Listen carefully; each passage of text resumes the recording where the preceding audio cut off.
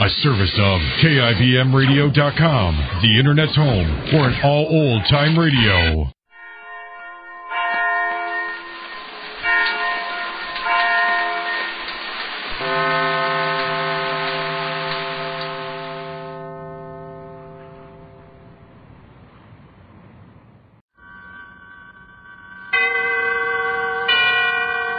And now, tonight's presentation of radio's outstanding theater of thrills, Suspense.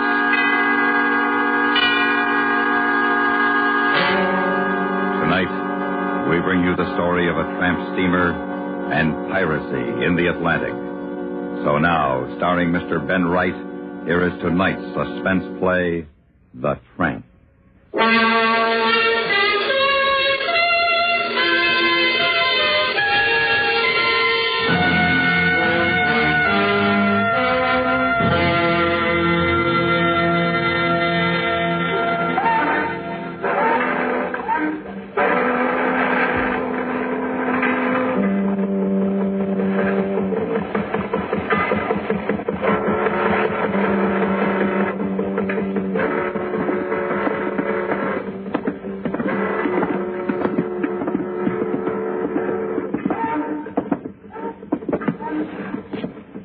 Lummy, what a stinker.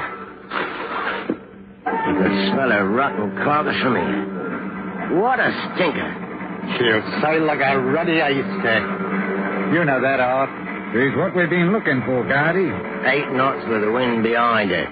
If she don't blow up, I don't like it.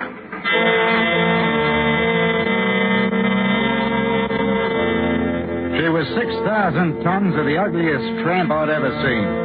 The paint was scaling off her plates, and you could see the patches of rust. In the fog and mist, she loomed over us dark in the night. We stood on the Liverpool dock, Gowdy, Winkle Jones, and me, and we sized her up. It's what we've been looking for, all right. Where's she bound? Barranquilla. When'd you find that out? Oh, at the pub a bit ago. She's short-handed on crew, too. What's her cargo? What we've been waiting for, Jonesy. Scrap. God. Skipper's name is Blee. He should be easy. He drinks too much all the time. You know the kind. He was in the pub, too. I still say she's too bloody slow. Scrapping her old and all. Jonesy, you're an everlasting worrier. Why don't you leave the thing into Art and me? You think she'll do, Art?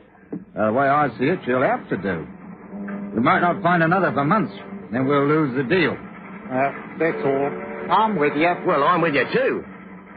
I don't like the looks of her in that strait. Ruddy black hippopotamus. He's safer doing the blag than this, I hope to choke. You getting milky, Jonesy? No, I ain't milky. Who's milky? Don't you go calling me Milky Bert Gowdy, or I'll stroke your chivvy. Go on, you ruddy little maggot. All right, come on, beat both of you. All right. Now, what's the layout? Well, I'm going back to the pub. You boys wait at the hotel. I'll get things lined up with the skipper. You think he'll take us on? I told you he's short-handed. He'll take us on. You get your stuff packed. I'll see you later. Righto, chum.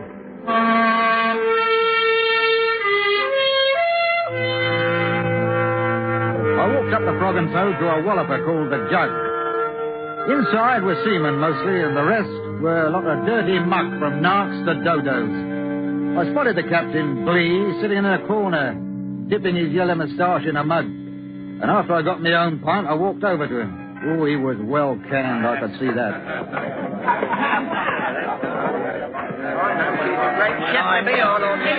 No, I don't believe it.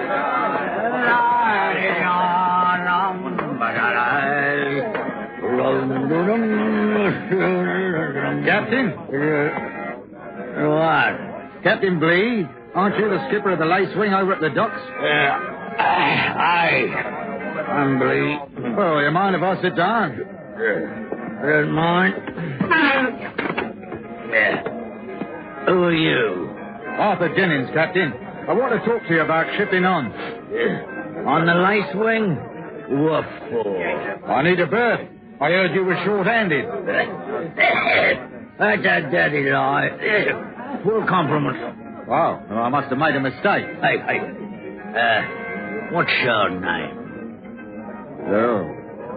Well, I'm not up to any game. I don't follow you. Oh? You trying to up the twig or something, huh? Oh, I'm clean with the police captain, if that's what you mean. You're not after me. Then why do you want to sign up on a blister blathering cow like the lice wing? Well, like I said, I need a berth. I got my papers, second officer in the last ship. Let's see.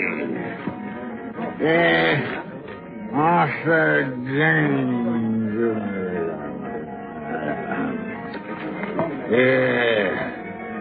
Blah. Well,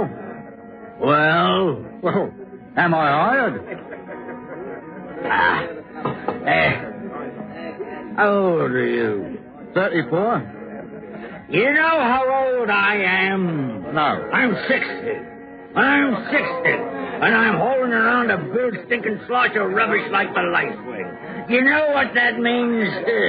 I might have had a tunada, but I ain't. I'm a failure. And I'm drunk. Go on, you sign up somewhere else. Well, job's a job. I'm telling you. Oh, I need a man like you. I need a first officer, a second and a third. I need a chief engine bloody near. And I'm going to settle for scraping. That's what I always get. Scraping. Oh, go on. I still want to sign on. I hear you're bound for Baron Killer. There's no bonus.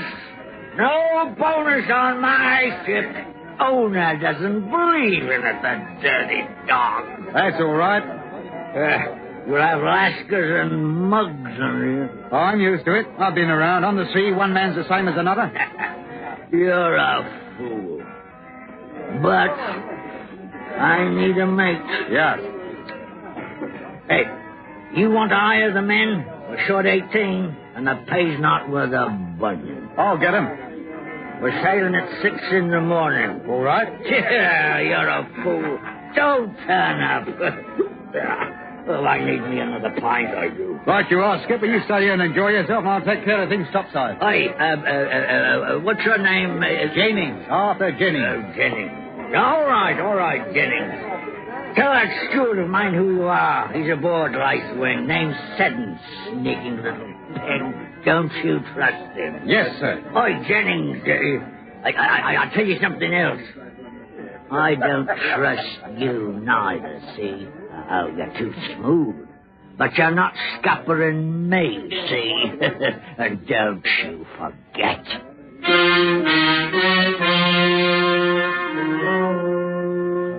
It was as easy as pie. Of course, it had taken the time to find the right ship and the right skipper. Better than 4 months. We had to be sure. Most tramps these days belong to the big companies. Part of a fleet. Now, we couldn't use anything like that. It had to be what it was. The Lace Wing. Panama registry. A general trader that nobody else would touch. With a skipper to go with a ship that wouldn't be missed for a while. We found her. I picked up Jones and Gowdy and we went back to the ship. The steward, Seddon, was the only man aboard. He was a nervous little rat who looked all the time like he'd been caught doing something nasty.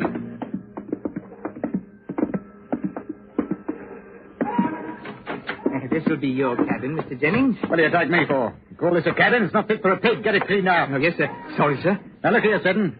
Mr. Gowdy here's the new second officer. Mr. Jones is chief engineer. That's Captain Blee's orders, see? Yes, sir.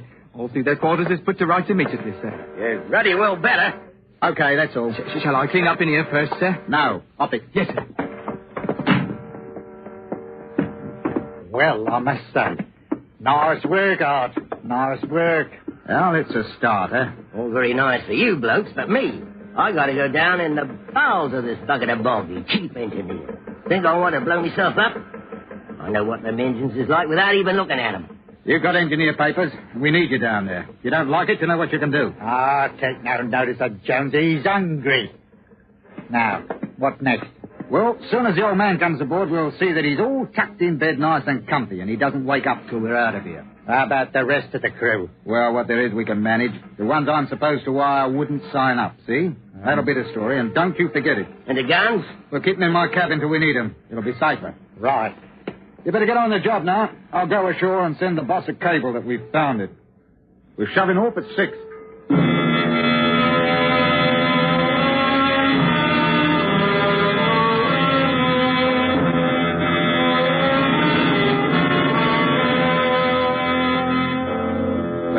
was carried aboard by a couple of crewmen at 3 o'clock that morning. He was no trouble, beer coming out of his ears. At 5, the rest of the men had straggled up the gangway, and at 6, we eased away from the dock. And after a bit, the lacewing was burying her dirty nose in the cross-chop of the Irish Sea.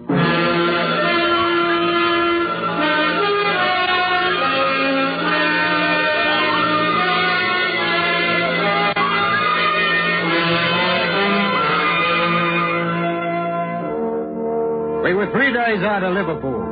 I got off the regular ship lanes as soon as I could, and there was no questions asked. Captain Blee didn't budge from his cabin. I hadn't even seen him since putting out, and I made sure that the steward kept him well supplied with whiskey. Garrity Jones and me were having grub in my cabin on that third night. The ship was pitching and heaving like a donkey with the itch. Oh, what a ship. Smooth as glass out there, and look at it. Gosh, you'll never make it. Engines won't stand it neither. We're pushing it too hard. Never mind that, she'll do it. What about the crew, Bert? Oh, lummy, they're a pushover. Usual bunch. Any troublemakers? In this lot? Don't make me laugh. Just a bunch of mugs. Well, we ought to be able to make it, then. The important thing is to keep the radio man quiet. That'll be your job, Bert. Right. What about them engines? I tell you, I got to slow down. They won't even hang together. Evening, Captain. Who are these bleeders? Well, you were a bit under the weather, Captain. I took them on in Liverpool, as you requested. Your second officer, Mr. Gowdy, and chief engineer, Mr. Jones. What do you think you're doing with my ship, mister? Any complaints, sir? I knew I didn't trust you, you blister blathering. It's a good thing said and told me. We're 10 degrees off course. You know that? That's right, Captain. Not anymore, it's not. I've set her back. Oh, you'd have had us sailing to the Indies. That's right, sir. That's where we're going. Well, not on my ship. Bellenteer's my port. And you want to blow us up? She's running too fast. Close the door, will you, Bert? Right. Sure. You're relieved, you are, mister. The ruddy lot of you. Fire. You hear that? Now, look, I put it to you, Captain, either way you like. Go along with us and you won't get hurt.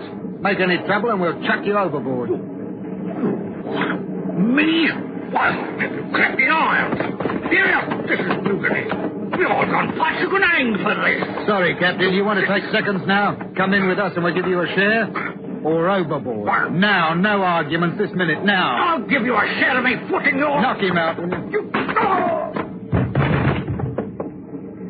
Aggravating old bleeder. Have a look outside, see if it's clear, Jonesy. All right. Better this way up. I was afraid he might come in and we'd have to divvy up. I didn't think he would. All clear. All right, come on, Bert, give me a hand. Oh, he's heavy. Ah, the old... What guts? All right, get over to the rail, Jonesy. Okay. Okay, hurry up.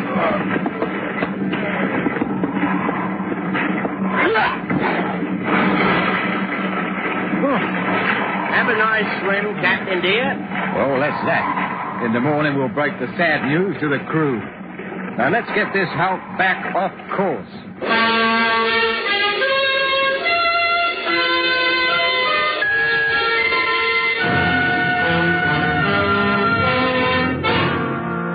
You are listening to The Tramp, tonight's presentation on radio's outstanding theater of thrills, Suspense.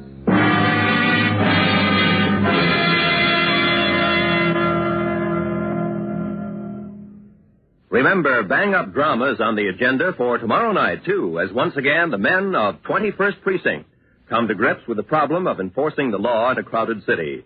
With James Gregory in the role of Captain Cronin, the daily routine of a station house comes to life. And even as crime is taking it on the chin, the human side of the story is always at the surface. No idle children's game of cops and robbers is this, for 21st Precinct is written with an eye on reality and an ear for whatever it may be that makes a particular criminal mind tick.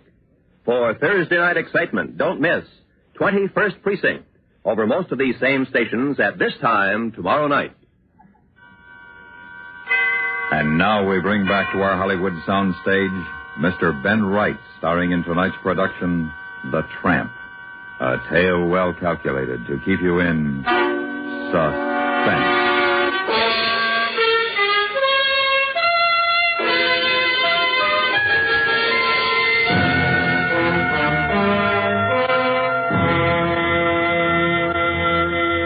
The next morning, I called the crew together on the upper deck. I had a slip of paper ready in my hand, and when they quieted down, I gave them the speech. Men, I've got a sad duty to perform. Last night, Captain Blee did away with himself. He jumped overboard. He committed suicide. He left a note for me, which I'll turn over to the proper parties when we reach port. Also, it is his instructions that we proceed to Dominica instead of Barranquilla. I am carrying out that order. Until we get to port, I shall be the acting captain. That's all. Get back to work. Oh, what an actor you'd have made, Art. Lovely. Do you think they swallowed it? I think so. I'm not too sure about a couple of them, though. That steward Seddon and the bloke with the mouthful of teeth, the donkey man. Austin? Him looking this way? Yes. I'll keep an eye on both of them. Yes. And now you better get a message off to our boy in Dominica. You think the radio man will get nosy? There's no reason he should, and don't you give him any call to be, Bert. Don't you worry.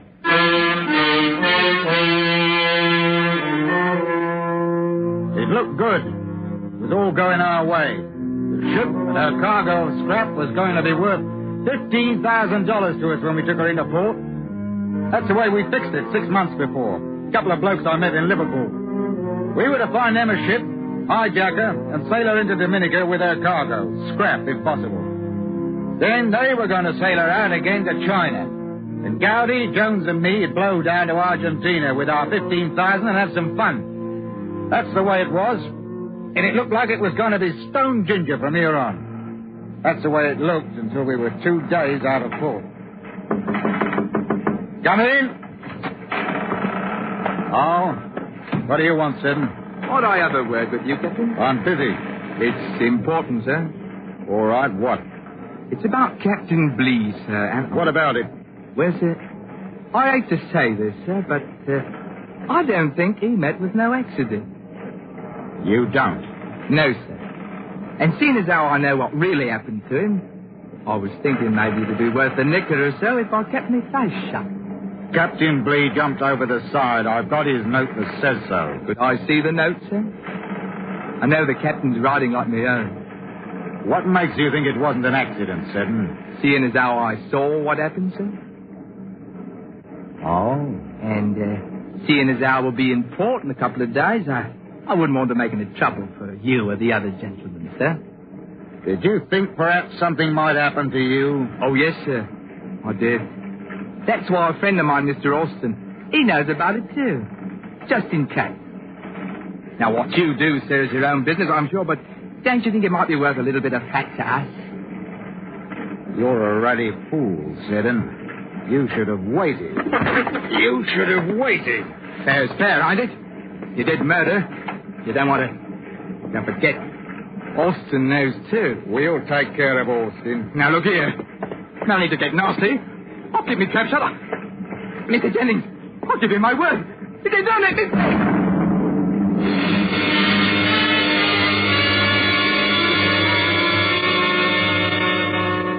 The explosion threw us both off our feet, and Seddon was first up. He got out of the cabin like a whippet. The engines had stopped, and I knew whatever had happened was in the engine room. I got up to the bridge. Gowdy was already there. Can't raise anybody down there, Art. Jonesy below? I think so. Give it here. Come on, come on. I'd better get down there. Look at the crew. Oh, we're in for you, Art. It'd be worse if they get off in the boats. Seddon and Austin know what happened to the captain. Oh, the game's up then. Got it. It's me, Art. What happened, Jonesy? Boiler's busted. Fire? No, but she's shipping water like a bloody sieve. You all right? Smashed the arm. Spoken's caught it. They're done. I'll send some men. How many do you need to stop the leak? You can't stop it. There's an old 6 feet or more. And another behind the boiler. I'm coming up. Oh, we're done, we are. Get over to the radio, Captain. Don't let that man send an SOS. He's got to one. We might not get picked up. You heard what I said. We still got a chance. After we take care of Seddon and Austin. If they split, it's all up with us. Now, go on. Now, Captain, forward out, Scotty. Shall I give the order to abandon, sir? No, get the pumps going. Aye, sir. With the cargo shipped with the explosion, she's going fast, sir. Get on the pumps. Bert, get down there with him. I'll take care of the other thing. Will you listen to me? It's too late. Moving!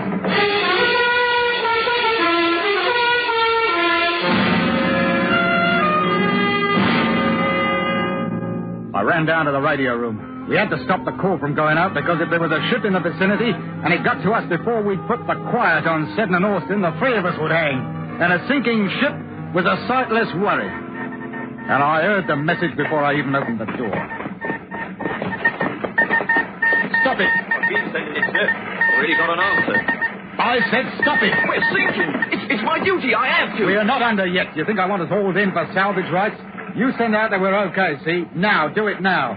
Need no assistance. Send it. There's a ship about 20 miles off, sir. She could stand by in case. She's on her way. Will you do as you're told?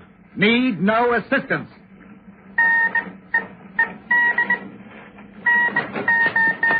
Better get them boats over the side. We're done for. 5 minutes, not even that. Come out here. Listen, Jonesy. We've got to get the steward and one of the crewmen, Austin. They've twigged. We've got to do it before we leave the ship. How? What are you going to do? Shoot them in front of the crew? Well, we wouldn't stand a chance. They'd carve us up. Let's get off this tub. There's sharks out there. I want a boat around me. Not until we've taken care of those two. Now, listen. You do what you want. I'm clearing out now. I told you them engines wouldn't stand it. Well, they haven't. Now, I'll take me chances with the law, but not Strike you. enough. I told him to get the boats over the side. Go on, let's get out. I'm with you, Bert. I've found the ship.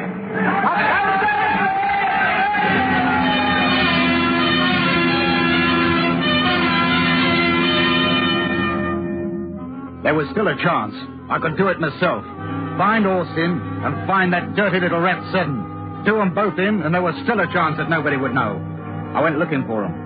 The Tramp was listing and settling lower in the sea. I ran from one side to the other, and then I spotted them. The lifeboat was already in the water. I saw Seddon looking up at me, pointing. And then Austin saw me. I jumped for the boat, and I missed. He pulled away from the side.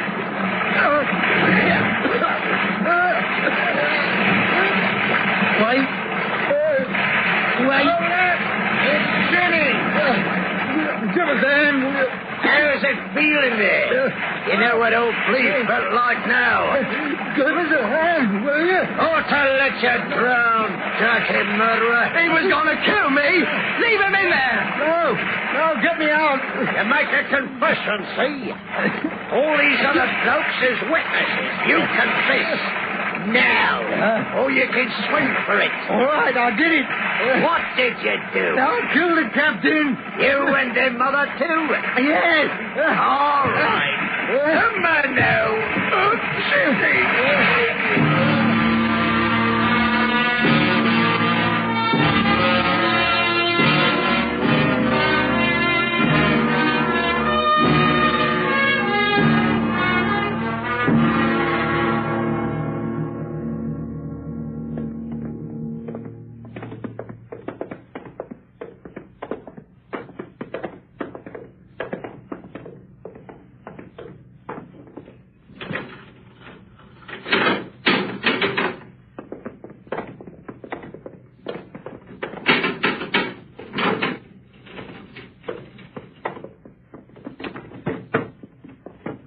First time I saw it. First time I knew that Tramp was a stinker. Knew them engines weren't no bloody good. Ah, shut it off, Jonesy. Oi, What? lovely grub, wasn't it? All right, if you like jail grub. Wish I had some boiled beans. My stomach's sour. Well, you won't have to worry about it for long. Well, it's all right for you, Bert Gowdy. Ain't your stomach. I should have known better than to screw up to a couple of half-wide mugs like you. $15,000. First time I saw that ruddy scar, I knew... Come off it, Jonesy. I want to get some sleep. Always complaining. Ain't it wicked, Art? when you think we're all going down to the same place, and he'll be there with us. I tell you, Bert, it's hopeless. He'll complain the rope's too tight around his neck when they hang us in the morning. What do you bet?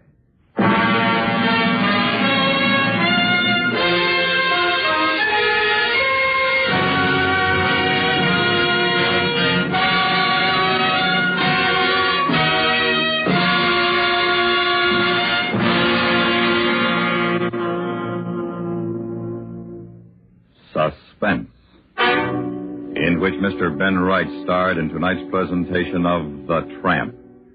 Be sure to join us next Wednesday when we bring you an account based upon fact, the story of Custer's last stand. That's next week on radio's outstanding theater of thrills, Suspense.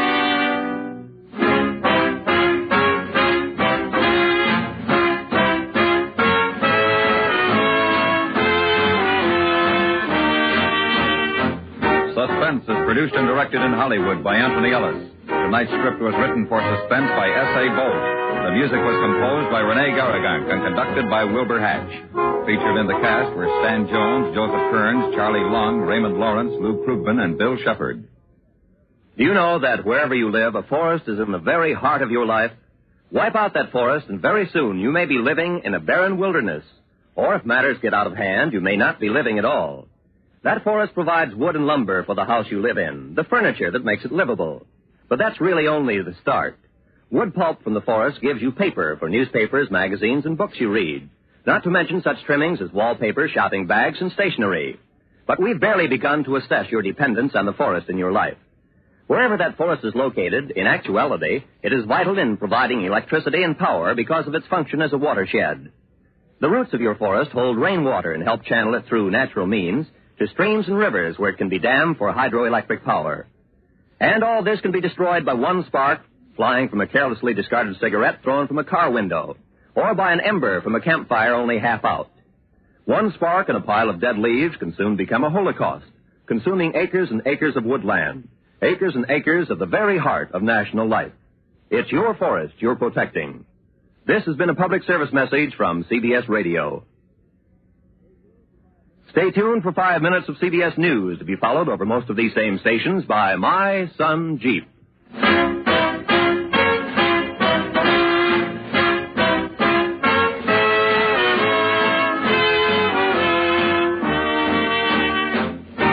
You hear America's favorite shows on the CBS Radio Network.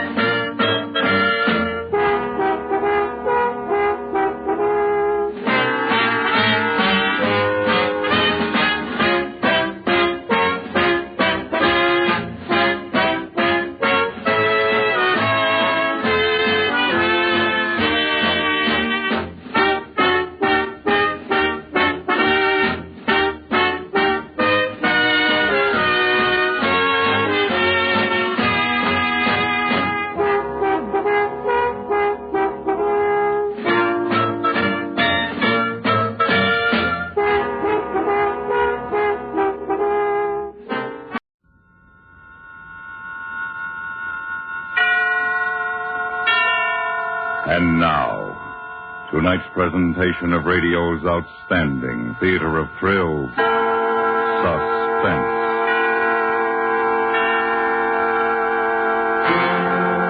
Tonight, we bring you a story of a man who found that stealing a fortune was one thing, but getting away with it was another.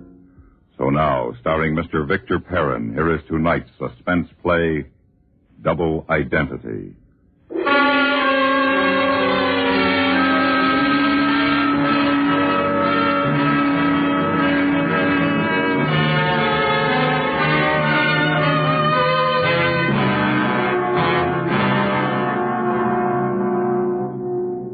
Every time I looked at that gray-green thing squatting against the wall, I remembered how my father used to shout the words of the Lord's Prayer. "Lead us not into temptation," he'd yell, and everyone in hearing distance would tremble. I could hear him like it was yesterday every time I looked at that safe and thought about the money inside.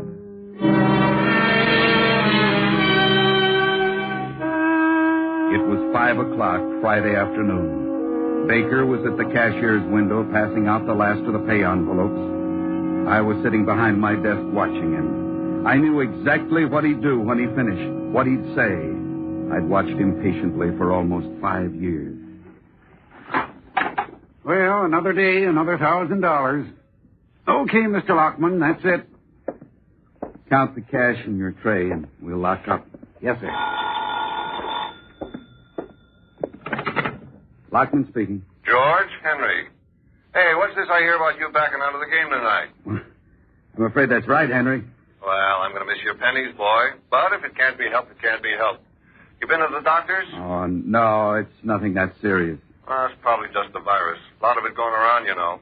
They couldn't test that new job for the Air Corps last week on account of Pete Jenkins's getting it. Yeah, I heard. Well, you take care of yourself, boy. I will, Henry. Thanks. $228.90, Mr. Lockman. Oh. All right, Baker. Let's put it away. I'll sure be glad to get out of here tonight.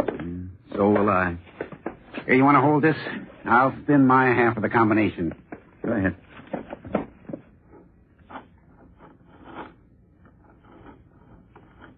You think Mr. Kraft will ever trust either one of us with the complete combination? Not that he doesn't trust us. He just doesn't want to put temptation in our path. Well, maybe so. But what if something happened to one of us while he was away sometime, like he is now? How'd they get it open? I don't know. Well, okay. Your turn.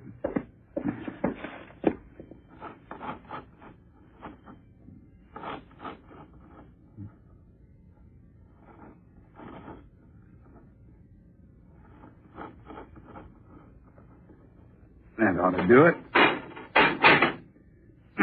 This one gets heavier every week. Yours not that heavy, Mr. Lockman. You just think it is because you're out of condition. Could be. Give me the tray. Hey, you know what you ought to do? What's that? Join a gym. Work out with weights. Sure do you a lot of good. I've been going over to Stockard myself. Put 3 inches on my bicep. Here, see? Nice, huh? Yeah, fine. Hey, why don't you come with me Monday night? Maybe I will. You join there, I'll get a month free. We'll talk about it, huh? All right, I'll remind you Monday morning. You do that. Hey, I better get out of here. Bertha's folks are coming over for dinner. Corned beef and cabbage? Wouldn't be Friday without it. Oh, Bertha wants you to come over again real soon. I will, Baker. Good night. Good night, Mr. Lockman. Have a nice weekend. Thanks. I plan to. I knew him so well. Getting him to turn away from the safe had been easy. While he'd been admiring his biceps, I'd closed it, but I hadn't spun the dial, so it was still unlocked. I reached under my desk for the briefcase with the initials RG, opened that heavy door again, and began helping myself to those tight little green packets of $20 bills, 50 of them, each containing 50 20s. 10 minutes later, I was walking toward the bus stop. My heart was pounding, but I was sure I didn't appear nervous. The only outward sign of how I really felt was on the leather handle of the briefcase. It was beginning to turn dark from perspiration. Then the bus came, and I was on my way to the airport.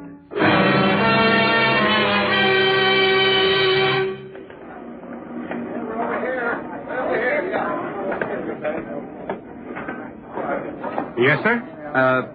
I'm on Flight 19 for New York. Your name, please? Gelder. Robert Gelder. Do you have any baggage, Mr. Gelder? Only this briefcase. I'll keep it with me if that's all right. Yes, sir. Now, let's see now. Your destination is Paris. Is that correct, Mr. Gelder? Yes. Uh-huh. Well, you're cleared all the way through. L.A. to New York, and you're holding a reservation on overseas flight 120 tomorrow night. Yes, I know. All right, Mr. Gelder. Your flight leaves from gate 7 in 5 minutes. He didn't have to tell me the plane left in 5 minutes. I knew. I'd gone over every detail of the next 36 hours again and again. First, a nonstop flight to New York. Then across the Atlantic to Paris. I'd travel for a while, see Rome, Cairo, Algiers. And I'd make friends. Yes, sir, Robert Gelder would be a man of the world. A man whose every desire would be fulfilled. The money would see to that.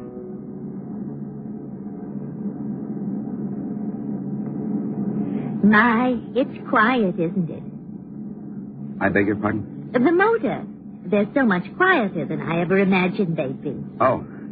Well, that's because the cabin's been insulated against noise. Oh, my, when I think there weren't any planes at all when I was born. Well, it certainly makes me feel awfully old. Mm. But then we're all growing older, aren't we? Mr. Gelder. Oh, Mr. Gelder. My name is Mrs. Lee. Are you from Los Angeles? No, Toledo. Oh, I used to know a gentleman named Gelder a long time ago. And I believe, yes, he moved to Ohio, as I recall. His first name was, oh, dear, I can't remember. Oh, but he was a barber. I don't suppose he could have been your father. No, my father was a minister. Oh, my, how very nice.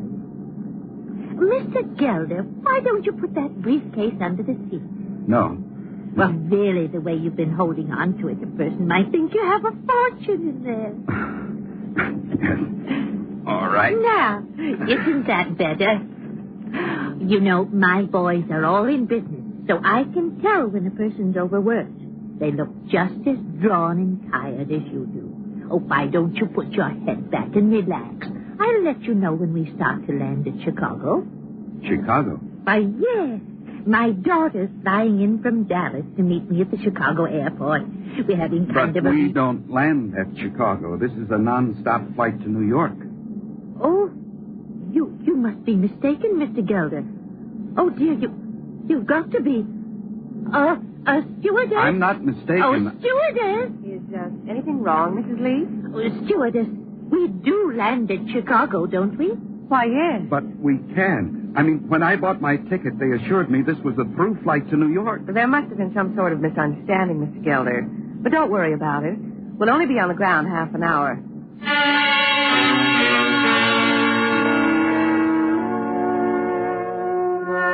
What did I get so worried about? What was half an hour? I was tensing up. The old lady had noticed the briefcase. I was being too careful, too obvious. So when we landed at Chicago, I left the briefcase on the plane and went in for a cup of coffee.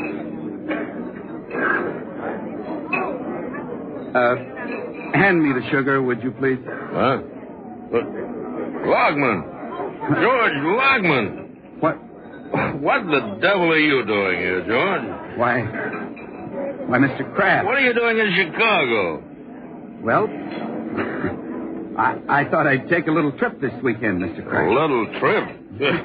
Hey, you got some friends here? Oh, that's right. I forgot you're a bachelor. You got friends everywhere, huh? Friends with skirts. Is that right? Please, Mr. Kraft. Yes, sir. It's you quiet ones. That's what they always say. Still water runs deep, right?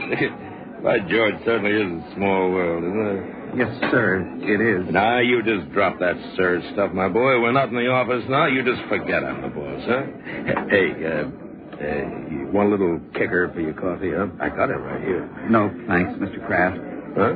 You sure? Yes, sir. I don't care for it, really. Oh. Well, you'll be back in the office Monday morning, huh? Yes, sir. Good. I'll give you a call. Well, have fun, Logman. I watched him leave, and I wondered why I had to run into him, the one man who could ruin everything. Then I paid my check and walked out of the coffee shop toward the plane. When I was halfway through the gate, I saw him again. Fat, drunk J.T. Kraft was staggering up the ramp ahead of me, going into the plane, my plane, the plane in which I'd left the $50,000.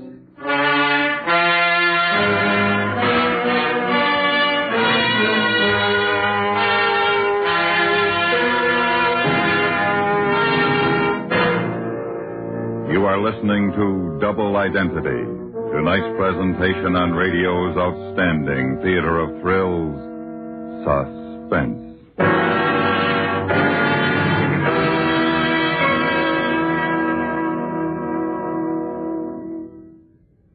Tomorrow night on 21st Precinct, CBS Radio unfolds a tale of liquor store robberies, which, says the bureau chief, must be stopped by 100%. The plan works when Captain Keogh of the 21st Precinct cooperates by supplying 4 of his men in plain clothes. He gets gratifying results, but is topped by one of the most surprising climaxes in his career. For a real story of the men in blue in action, join us on most of these same stations tomorrow, when you'll hear the tale of the bottle on 21st Precinct. And now we bring back to our Hollywood soundstage Mr. Victor Perrin, starring in tonight's production, Double Identity, a tale well calculated to keep you in suspense.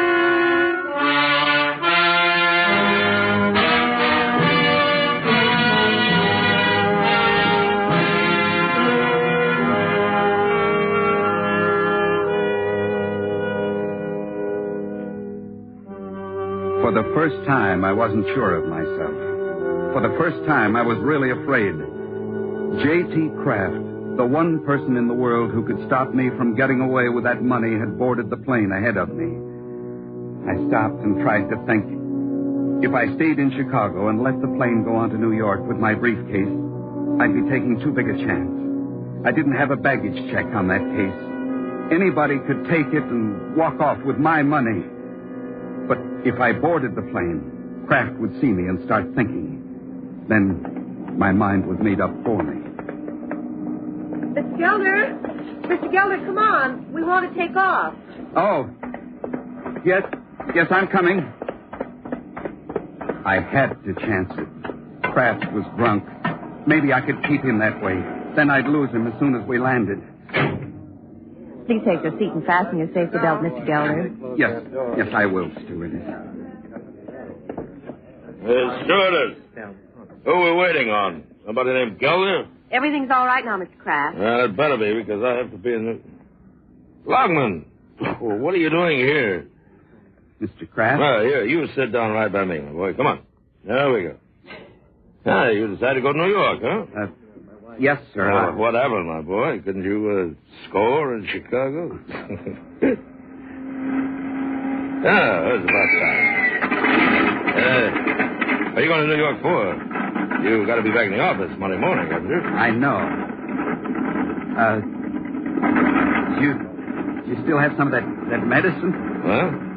Well, you know, that kicker stuff you were going to put in my coffee? Oh, yes, sure, yes. Well, I thought you didn't... Here you go. Thanks. Yes, there's a double cause for celebrating. I sure put it over, yes, sir. You know what I did? I made a deal with the Great Lake people. Good fat order, you know. That's why I'm living it up. How about you? Well, I've decided to take a few days off. Well, that's good for you, good for you. You know, it must get awful dull handling all that money, not being able to spend any of it, huh, George? Yes, sir. It sure does. Here, have yourself another drink. Sure, Mr. Kraft. Right after you do.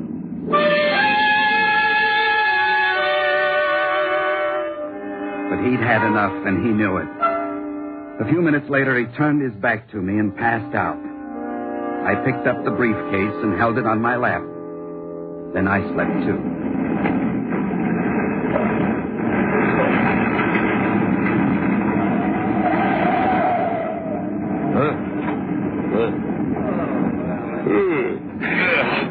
No, we're done, huh? Yes, sir. New York. How do you feel, Mr. Kraft? All right, I guess. I had myself a night, didn't I? We both did. Logman. Sir? What did you say you were doing here? Well, I'm taking a few days off. You checked with McGill before you left? Yes, sir. Mr. McGill said it was perfectly all right. Oh, good. Now, let's get our things together, shall we?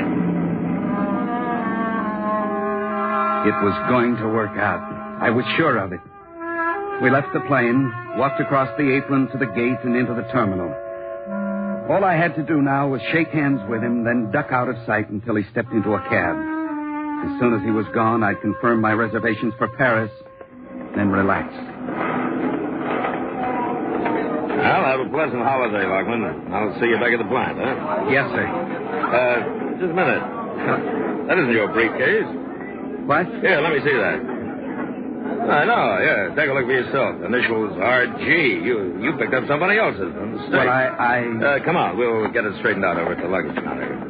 But, Mr. Kraft, this case, I mean, when I decided to... Stop spluttering, Lockwood. This will only take a minute. Yes, may I help you?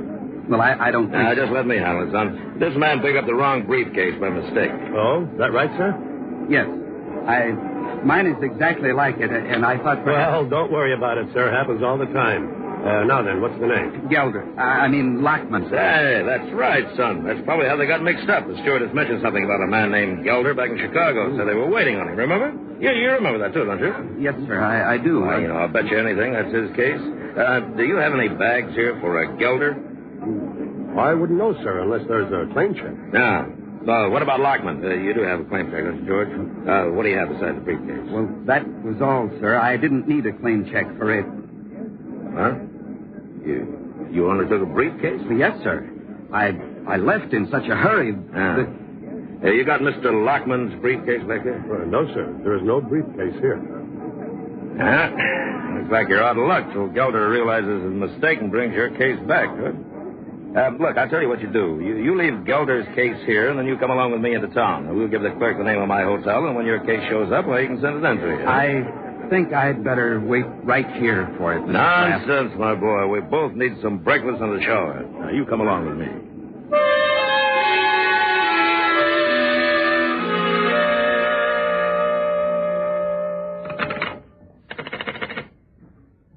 Operator, this is Mr.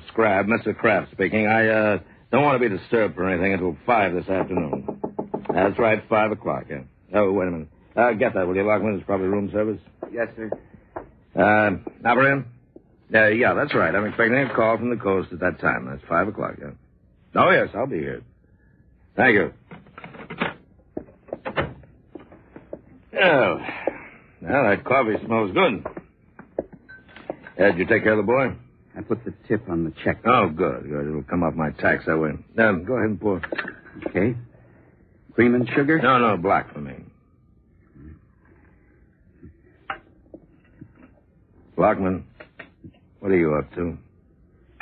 What do you mean? Look out, you're spilling the coffee. Now, you know what I mean.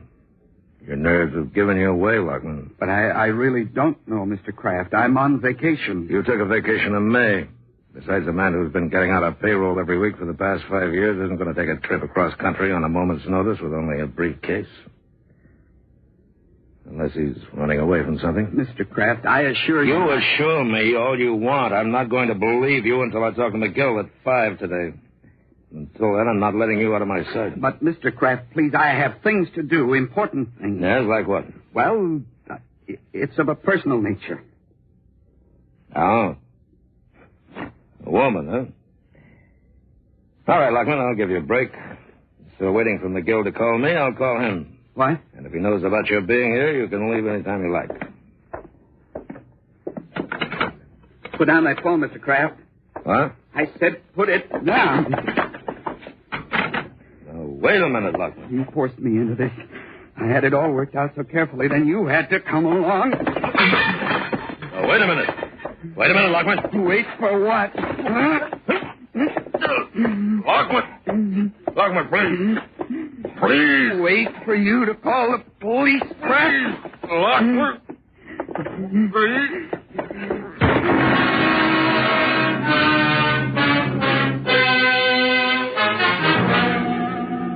It was exactly 12 noon. I had 5 hours before they discovered Kraft's body. 5 hours to pick up the briefcase and disappear. Paris was out now, too risky. I tried Canada. I took the last drink from Kraft's bottle, chased it with coffee, and then, feeling like it was all a dream, I left the hotel and took a cab to the airport. I'm sorry, Mr. Lockman. I'm afraid your briefcase hasn't turned up yet. Why, it's all right. The one you're holding here is mine. What? My name is really Gelder. You see, I'd never met that man I was with before, at least before he got on the plane in Chicago last night. Oh. The way he latched onto me, you'd think I was his long-lost brother. He's making a real pest of himself, so I decided to give him a phony name. Then that was your briefcase. Yes, it's my briefcase. Now where is it? Why, I sent it back to Chicago. While he rambled on, trying to explain, saying something about how he was sure the mix-up had occurred in Chicago, how Gelder must have gotten off the plane there, I was trying to steady myself, to pull myself together. I had to act fast now. I knew that. I had less than 5 hours to reach Chicago, get the case, and disappear.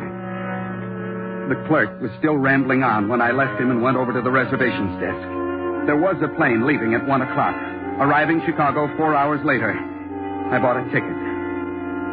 We landed at 5 after 5 New York time. They'd probably discovered his body by now, which meant they'd be looking for a man named Lockman who had registered at the hotel with Mr. Tramp. Yes, sir. Look, my name is Gelder. Robert Gelder. You have a briefcase here that belongs to me. Gelder? Yes. There was a mix-up over my name. The case was returned here from New York. It's initialed.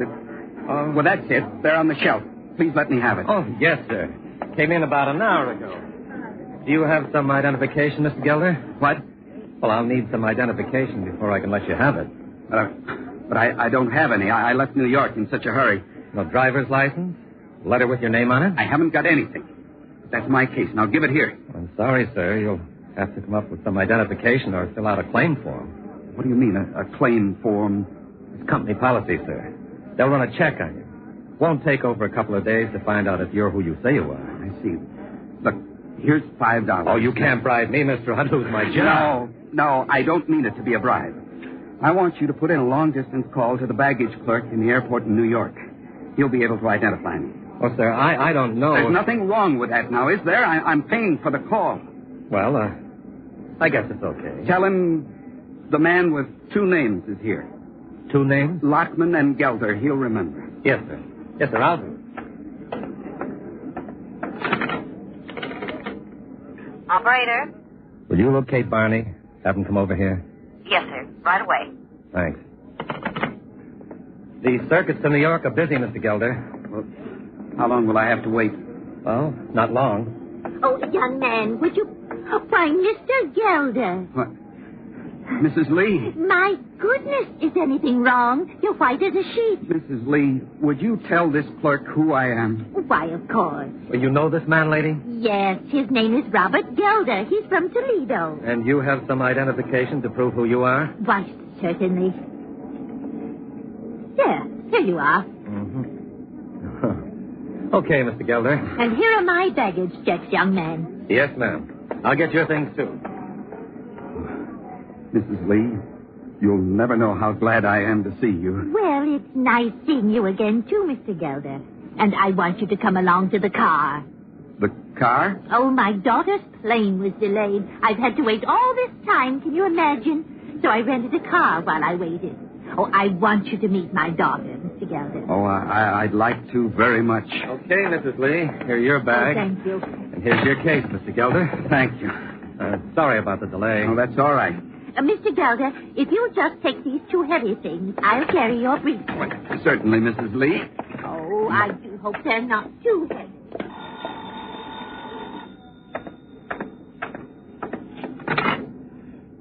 Baggage desk. Joe, you want me? Oh, yeah, Barney, I did. I thought I had a job for your cops. But it got straightened out. The guy was trying to talk me into giving him a briefcase. Didn't he have any ID? No, and 2 names. Lockman and Gelder. Lockman? Joe, you say Lockman? Yeah, why? Teletype just came in from New York. Where is he now? Well, he's probably in the parking lot.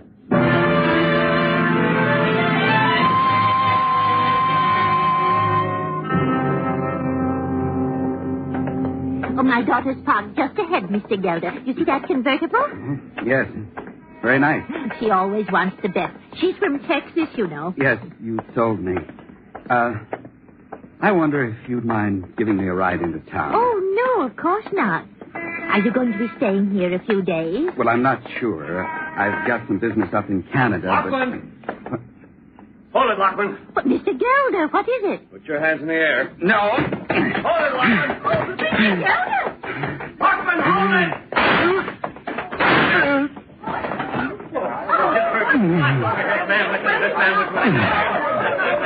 Sorry, Lockman. You should have stopped. Stop. That's very funny, officer. I never even got started.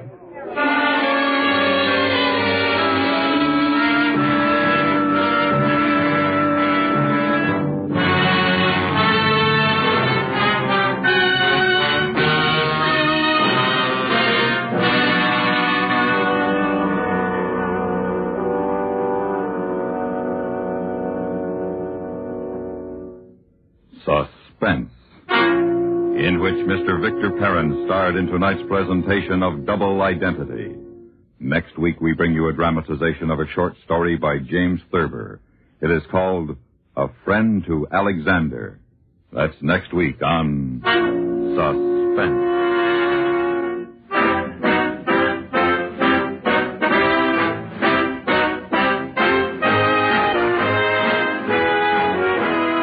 Suspense is produced and directed in Hollywood by Anthony Ellis.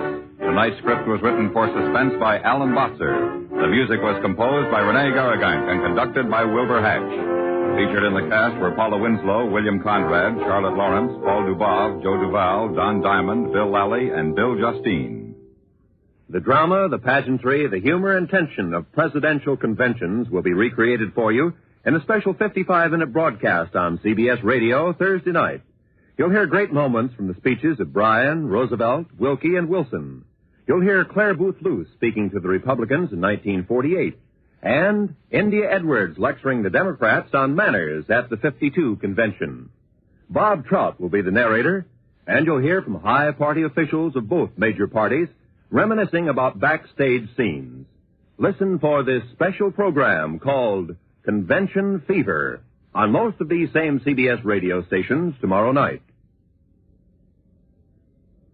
Stay tuned now for 5 minutes of CBS News, to be followed over most of these same stations by My Son Jeep.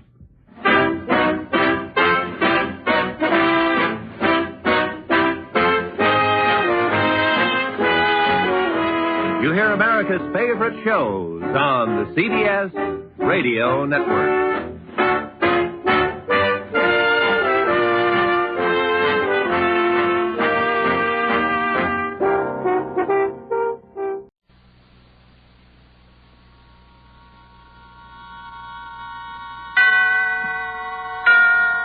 And now, tonight's presentation of radio's outstanding theater of thrills, Suspense.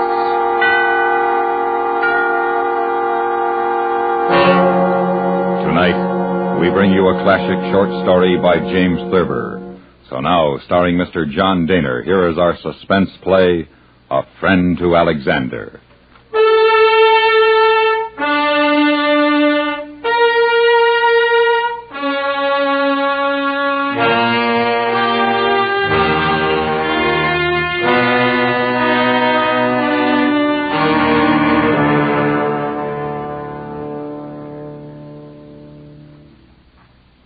I've taken to dreaming about Aaron Burr every night.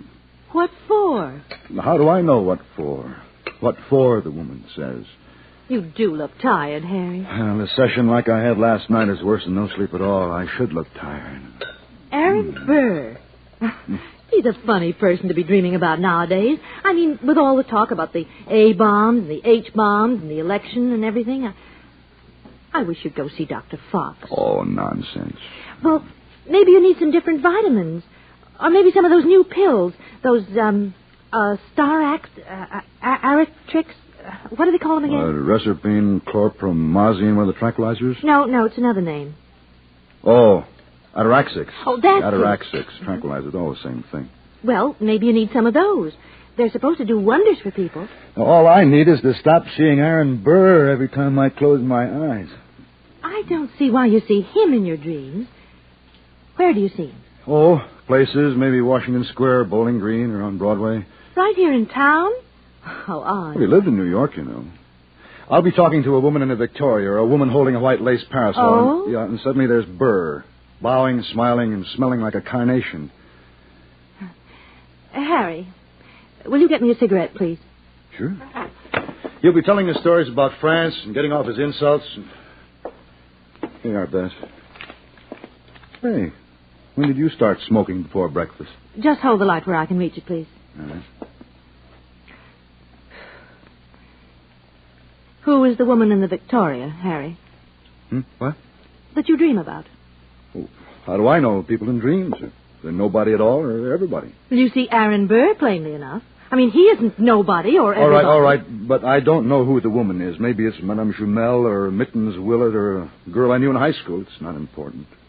Who is Mittens Willett? Well, she was a famous actress 75 years ago or so. She's buried in an old cemetery on 2nd Avenue.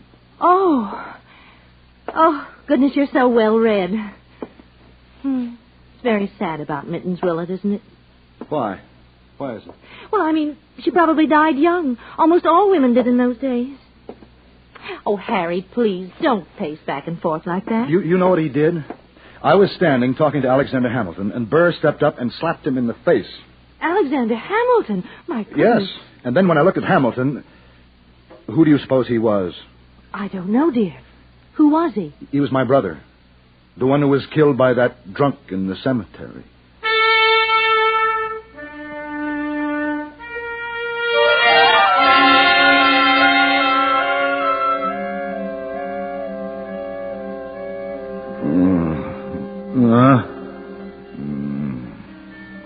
Just stand aside there, fellow. Huh? Why? Why should I? Perhaps you don't recognize a former officer of the Revolutionary Army and a United States senator. I recognize you all right, Burr. You may have been an officer, but Washington hated you. And as for winning that election for my friend's father-in-law, well, I'll bet there was something crooked about the way the ballots were counted.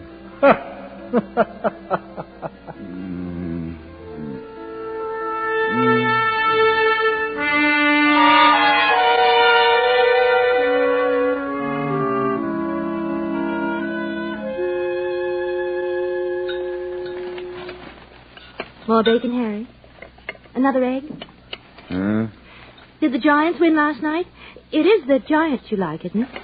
I wish he'd go back to France and stay there. Who, dear? Who do you think? Oh, you mean Aaron Burr. Did you dream about him again? I don't see why you dream about him all the time. Don't you think you ought to take some luminol? No. Last night he kept shoving Alexander around. Alexander? Hamilton. I certainly know him well enough by this time to call him by his first name. He hides behind my coattails every night, practically. Oh, Harry, dear, you shouldn't dwell on your nightmares or whatever they are. Ooh, that's what they are. There's no mistake about it. We ought to get out in the country over the weekend. Why don't we go to the old Drover's Inn? You like it there. No, Hamilton has not only become my brother Walter, but practically every guy I ever really liked. Well, that's just natural, I guess. Well, of course it is, dear. Harry, I do wish you'd go to Dr. Fox. I'm going to the zoo and feed popcorn to the rhinoceros. That makes things seem all right. For a little while, anyway.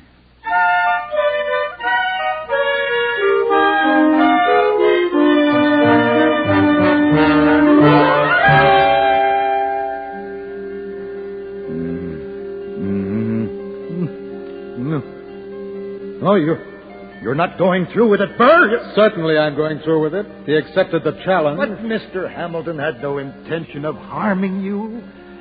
He just proved that. Your friend brought this on himself, fellow. Hamilton called me, and I use his own words, a dangerous man of whom I could detail a more despicable opinion. Well, let this be a warning that Aaron Burr brooks insult from no man. No! Don't, Burr! Alexander, look out! He's going to... Oh, no! Harry! Oh, Harry! Dear, no! Wake up! Wake up, dear! Bess, find the light, please. Harry! Bess. Oh, you frightened me so. Yes, there. Oh, dear. What was it? Burr. Got him. He got Alexander. Oh, Bess, that dirty Harry, let me hold you. It's all right, dear. It's all right. It was just another nightmare, but it's all right. Alexander, he just fired into the air. He fired into the air and smiled at him, just like Walter, and then... There, Harry. And then Burr, the fiend, he took deliberate aim. I saw him take deliberate aim, and he killed poor Alexander in cold blood. Here, take this, Harry. Then you'll be able to go back to sleep. Yeah. Well, I ran to Alexander, but he was dead. There was just nothing I could do. You better take another, dear. Two won't hurt you. And then Burr swaggered over. He's always a nasty, sneering, foppish man, and he stood over us, and he actually laughed, and I looked down at Alexander. And his face was Walter's face. Oh, Harry. Harry, darling. Look, I'm going to stay here with you for the rest of the night. Everything will be all right. And we'll go and see the doctor tomorrow. Now,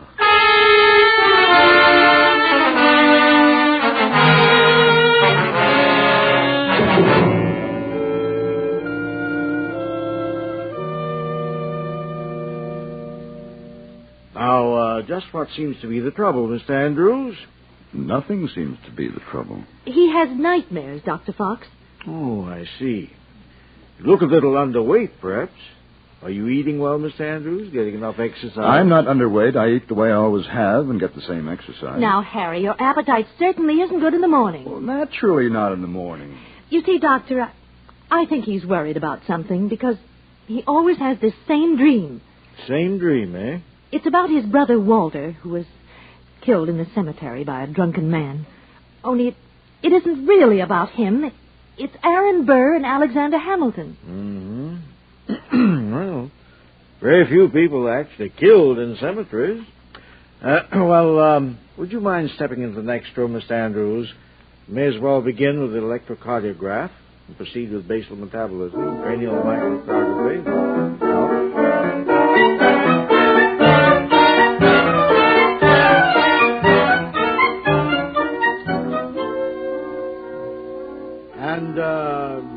So, from what we can determine thus far, I think we can say that you're in tip-top shape, Mr. Andrews. I make it a point to keep in shape.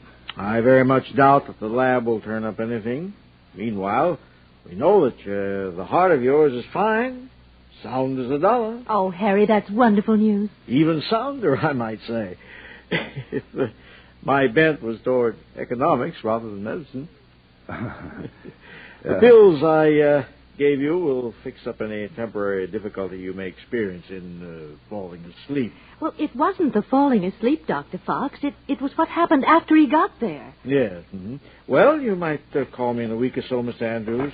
Yeah, I'll do that. Come on, Bess. Goodbye, Doctor, and thank you so much. Not at all. Nice to see both of you. Well, I hope you're satisfied. There's nothing the matter with me at all. I'm glad your heart's so fine. He said it was fine, you know. Well, sure, it's fine. Everything's fine. And I was thinking, dear, now that Alexander Hamilton is dead, you won't see anything more of Aaron Burr.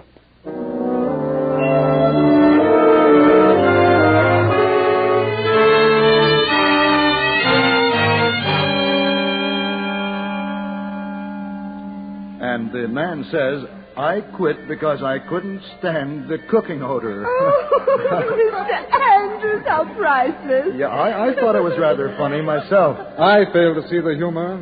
I thought it rather coarse. Oh, it's you, Burr. Why don't you leave, my good man? I'll leave after I've had a talk with you, maybe, not before. I see. Lovely ladies, will you excuse me for a moment? Certainly, Mr. Burr. Come, ladies. Now, my good man. And don't you, my good man, me, you murderer. I presume you refer to the affair of honor in which I engaged Hamilton? You know darn well I do. Let me say merely that had I been called a murderer by one more nearly my equal, I should deal with him as I dealt with Hamilton. Just who are you, anyway, ubiquitous clod? I am Henry Andrews. Harry to my friends. I'm an architect. An architect. And you presume to converse with a soldier, a barrister, the second highest elective officer of the Republic, and a gentleman. Well, you may be all those things except the last one, but you disobeyed your superiors in the Army. As far as I'm concerned, your kind of lawyers are on an ethical level with jockeys. You're vice president, all right enough, but you tried to double-cross Jefferson so you'd get the top job. And don't go calling yourself a gentleman, because you deliberately shot Alexander after he had fired his bullet into the air. But I fired mine with my eyes closed. You what? Certainly. Or as my French friends say, certainement. Oh, and incidentally, don't you and your French friends try any funny business with that Mexican conquest and settlement deal either. You're liable to end up in court on a charge of treason. We were discussing my marksmanship. Let me inform you that I have upon occasion hit the ace of spades at 30 paces, blindfolded. I'll bet. If you were not so far beneath me, I would send my seconds to call upon you. Henceforth, be on your good behavior, fellow. I shall have one of my lackeys give you a taste of the riding crop.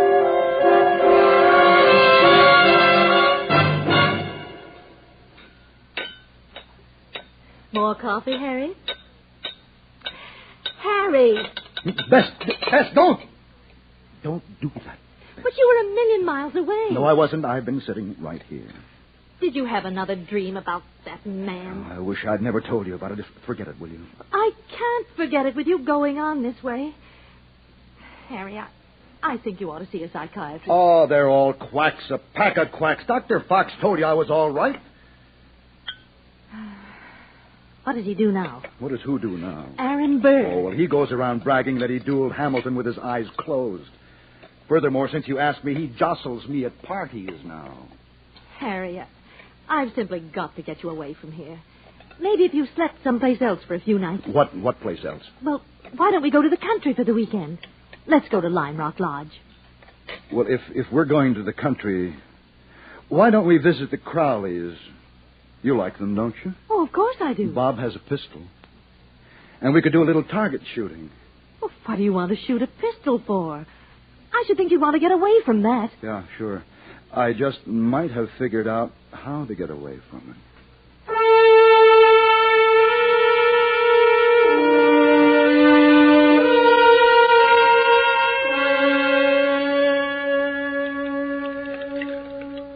Sister, 50 times as fast as you can. Aha. That's the secret of a martini, boy. Well, nobody makes them like you, Bob. Thank you. Bess? Alice? Thank you, darling. There you are, Harry. Thank you, Bob. Well, here's a go. Down the hatch. Cheers. Well, how you been, boy? Oh, never better, Bob. Never better. Gee, it's good to be here. Oh, a nice, peaceful weekend is just what Harry needs. We were so pleased when you called.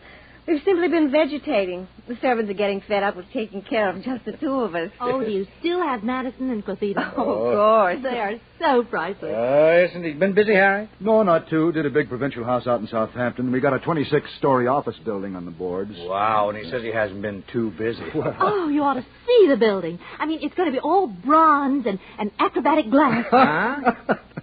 Excuse me while I kiss my wife.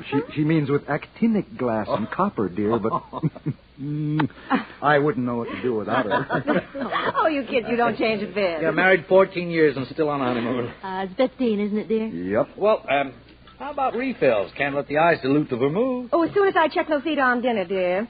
Oh, want to come out to the kitchen and say hello to her, Beth? I'd love to. Don't you boys go drinking our dividends. Oh, lots more where that came from. Oh, here you are, boy. These are the greatest. Thank you. How's it with you, Bob? Oh, couldn't be better. At least now that you're here. Kind of a lonesome grind finishing the book. I'll bet. You got it all buttoned up? Well, just about. Excuse me for bringing it up, Harry, but you feeling better about Walter now? Oh, yeah. It was just one of those things. No use brooding about it, I guess.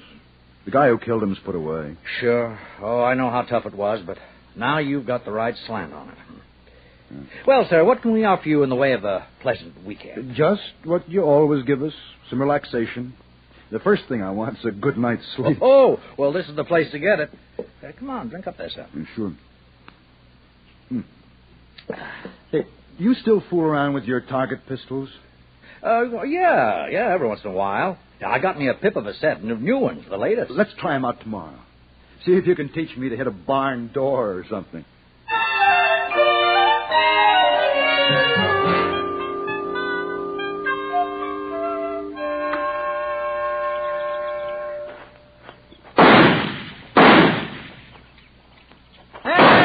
Yaha! That's pretty good, Harry. Come on over and take a look. Better, huh? Oh. You think I'm getting the hang of it now? Sure you are. All 6 shots in the tree and 2 of them on the target yet. Hey, they are at that. Well, not exactly bullseyes, but look, this one's just a shade above the outside ring. Yeah, that's a lot better. Sure. Bob, would you say that bullseye's about the height of a fairly short man's heart? Well, just about. Okay, I want to try how short. something. 1, 2, 3. Well, what are you up to, boy? 5. What's the idea? 7, 8. Well, what are you going to do? 9, 10. Hey! Any of them hit the target? Hit the target, man. If I hadn't flattened, two of them would have hit me. What do you think you're doing? Well, isn't that the way they used to pace off in the old days when they fought duels? Well, I guess so, but whew, you gave me a scare. Oh, well, I'm sorry. I didn't realize you were standing Oh, so that's close. okay. Well, come to think of it, Harry, I don't think they paced off with the gun held straight up in the air like you did. I think they kept their arm hanging, straight down. Oh? Yeah. 1, Look, 2, Harry, 3, no, 4, don't try it again, 5, for the love of... 6, Hey, Harry, no, 9, don't. 10. Any of them on target? How can I tell if they're on the target when... Hey, look, Harry, never close your eyes. Never fire with your eyes closed. Well, I just thought I'd try it that way. Good Lord, man, come on, give me that gun, will you? Well, sure, here. I guess I need more practice. Not with me standing around. Come on, let's get back to the house and shake up a drink. Boy, I've got the jumps. I sure do. I need a lot more practice.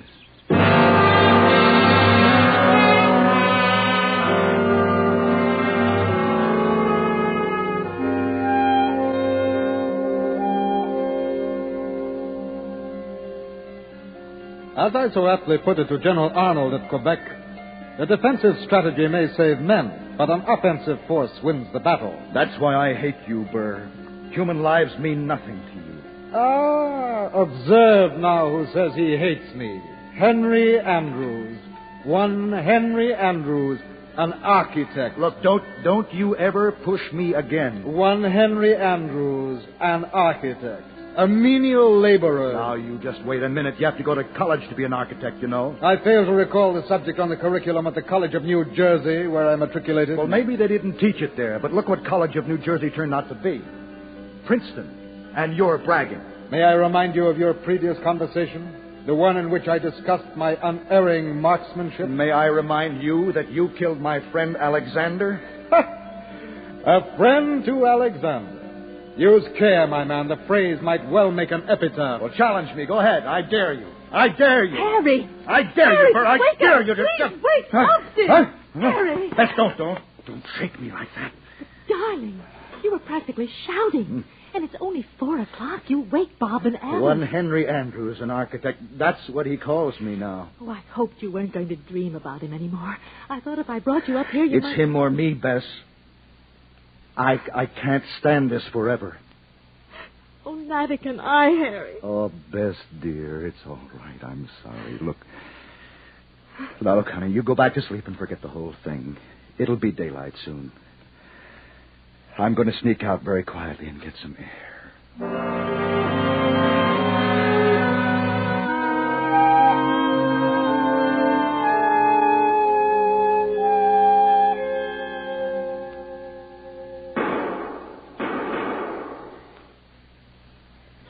Bob? Yes, Alice, I'm awake. I heard them. Not again. I'm afraid so. He's out there peppering away at that doggone target. Oh, we better get up, Bob.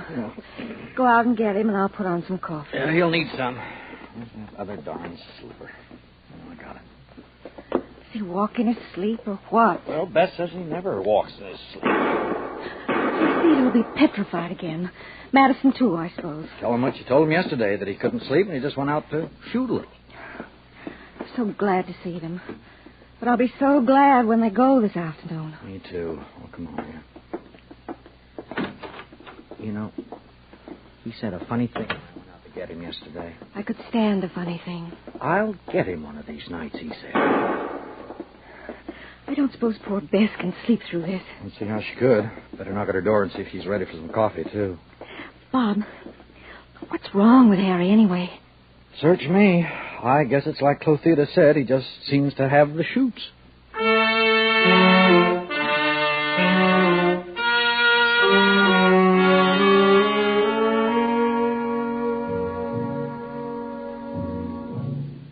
I'm sorry the weekend turned out like it did, dear. No, it's all right.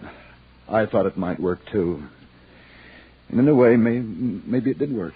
Well, it does seem good to be home. I mean, our own apartment and our own things, our own schedule. Yeah, this is better. Another nightcap, Bess? No, dear, but you go right ahead. Yeah, I'll have one more splash and then turn in. Oh, golly, I'm tired. Harry, Oh. why don't you sleep in my room tonight? Well, you'd keep shaking me all night to keep me awake. No, I wouldn't, dear. Only if you... You're afraid to let me meet him. Oh, I am afraid, Harry. Terribly afraid. Well, why do you always think everybody else is better than I am? I can outshoot him the best day he ever lived. That isn't what I meant about being afraid. Furthermore, I have a modern pistol. He has to use an old-fashioned single-shot muzzle loader. Is that quite fair, Harry? What do I care if it's fair or not? Oh, please don't be mad with me, Harry. Harry, I'm so unhappy. I'm sorry, dear. Don't you worry about me, Bess. I'll be all right. I'll be fine.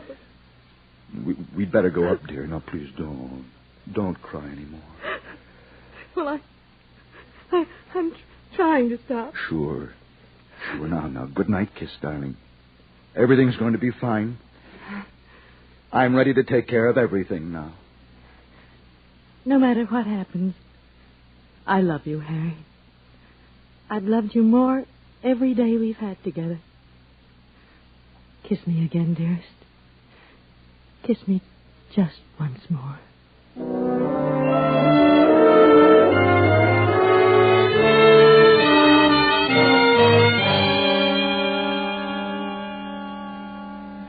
Very well, Andrews. My code as a gentleman will permit no further insolence. If you insist upon ending it thus... I do insist. I assume your blindfold is secure. I assume yours is. And we have agreed upon 10 paces. Well, are you ready, fellow? You bet I am. 1, 2, 3, 4, 5, 6, 7...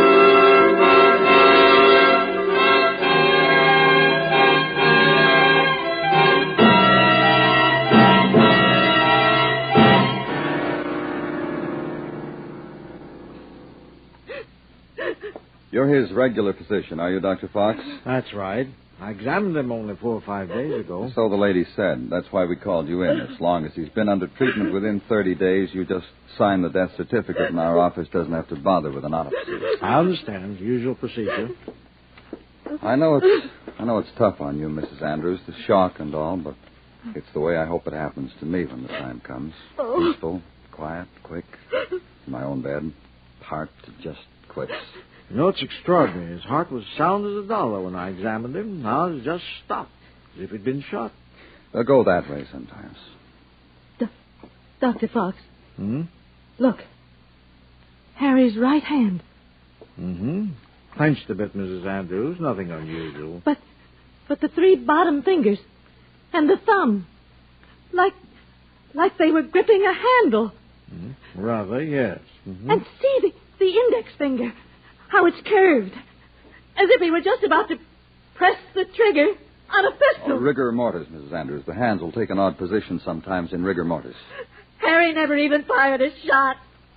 Aaron Burr killed him the way he killed Alexander Hamilton. Mrs. Andrews, take it easy. Aaron Burr shot him through the heart. I knew he would. I knew he would. Doctor, what in the name Oh, of... poor Andrews. I should have done something at the time. This could even have been contributory. I'm not too sure I follow you. You see, she came in with her husband the other day. She spoke, and she acted most peculiarly. I should have done something. But what is this Aaron Burr, Alexander Hamilton business? Huh? Obsessive hallucination of hers.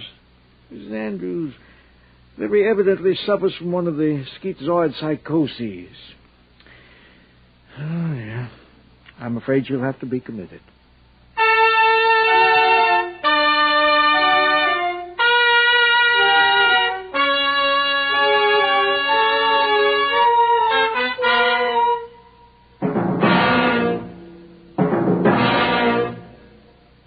Suspense, in which Mr. John Daner starred in tonight's presentation of A Friend to Alexander. Be sure to join us again when we bring you another presentation of radio's outstanding theater of thrills. That's next time on Suspense.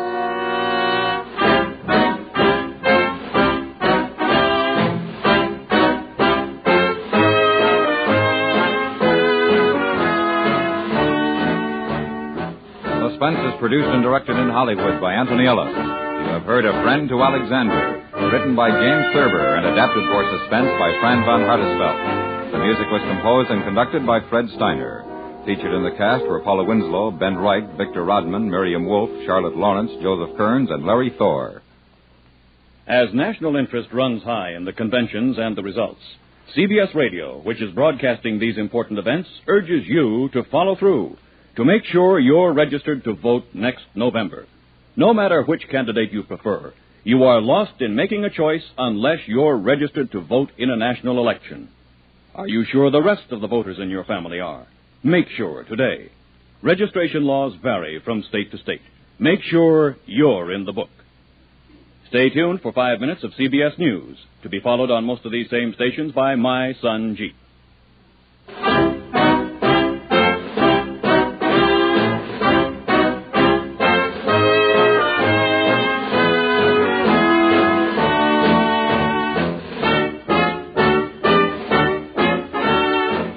Tonight, attend the Democratic Convention with the CBS Radio Network.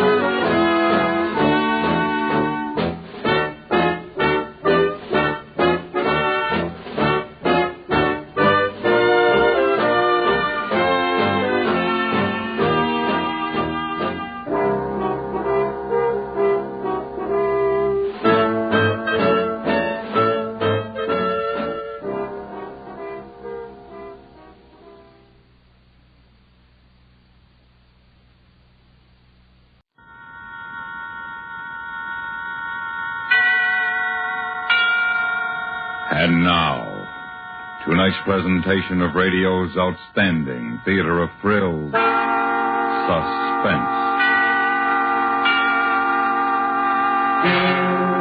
Tonight, we bring you a transcribed story of a man who used a gun once too often. So now, starring Mr. Joseph Kearns, here is tonight's suspense play, Hold Up.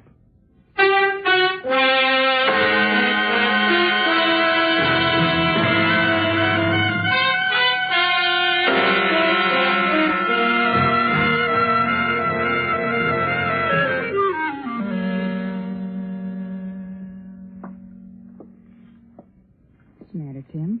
You staying there? Never mind, Hazel. Open the cash register. Quick. Unlock the safety catch on the gun. You hear me? Tim, what's wrong? Never mind.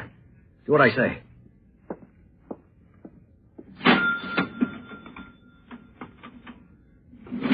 Now get away from the counter. Quick. I'll take care of everything.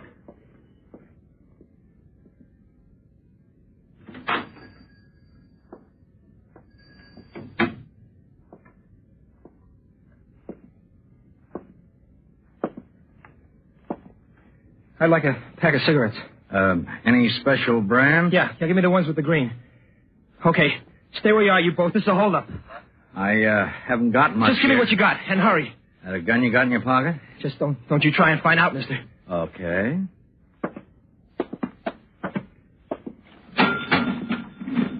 All my receipts are in here. Stand away. I'll get it. Yeah, you'll get it.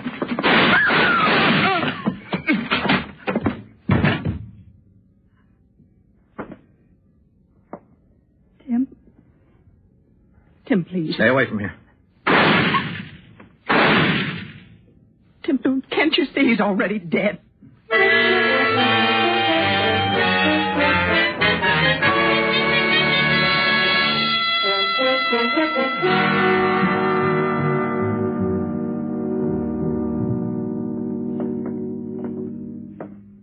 He's over there, officer.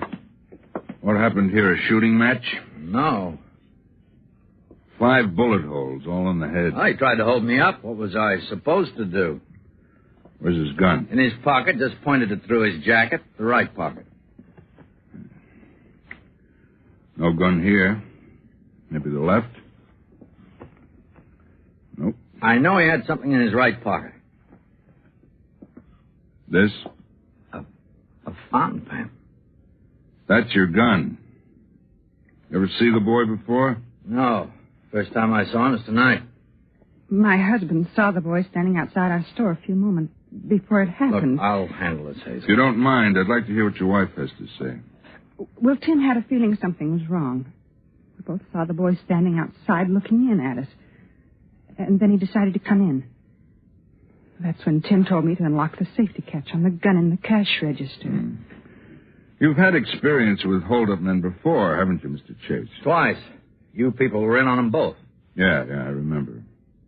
Pretty rough on him, aren't you? If you mean I don't give him a chance to rob me, yeah. Good shot, too. You don't miss. I didn't miss over there. Shooting Japs then. Shooting hoods now. What's the difference? The guy who shoots first gets to talk afterwards. How much money do you have on the premises? $15 and change. The rest was over at the house. And you shoot it out for that? Listen, I'm not in business to give money to hoodlums, gun or no gun. A thief's a thief. Better off dead. Tim, please. No. I want it known to any of these punks who want to stick me up. They better come in shooting, because that's the way I'll meet them. Did you notice if anyone was with the boy? No, I didn't see anyone. No, there was no one we could see. Mr. Chase, you'll have to come downtown and make a full report, just routine. Yeah, sure. Hazel, you close up when the cops are through here.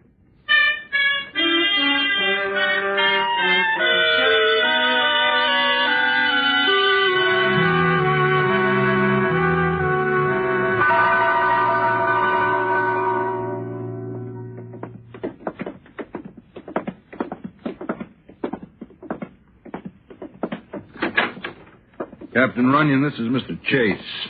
Hold-up shooting on the east side. You wanted to see him? Oh, yeah. Definitely a hold-up attempt, although no gun was found on or near the hold-up man. Check the victim out yet? No, not yet, but it's a kid, 19 or 20. Thanks, Bill. I'll call you in a few minutes. Chase? Won't you sit down? Oh, yeah, sure. A cigarette? No, I don't smoke, thanks, anyway. That's all right. Chase, we've met before, haven't we? Yes, sir, about 8 months ago. Yeah, that was the Hendricks shooting, right? That's right. Hold-up attempt. Well, about 6 or 7 months before that, there was the, let's see. Oh, yes, the Delano killing. Hold-up, too. I remember. In each case, the hold-up man was shot and killed. So that's wrong?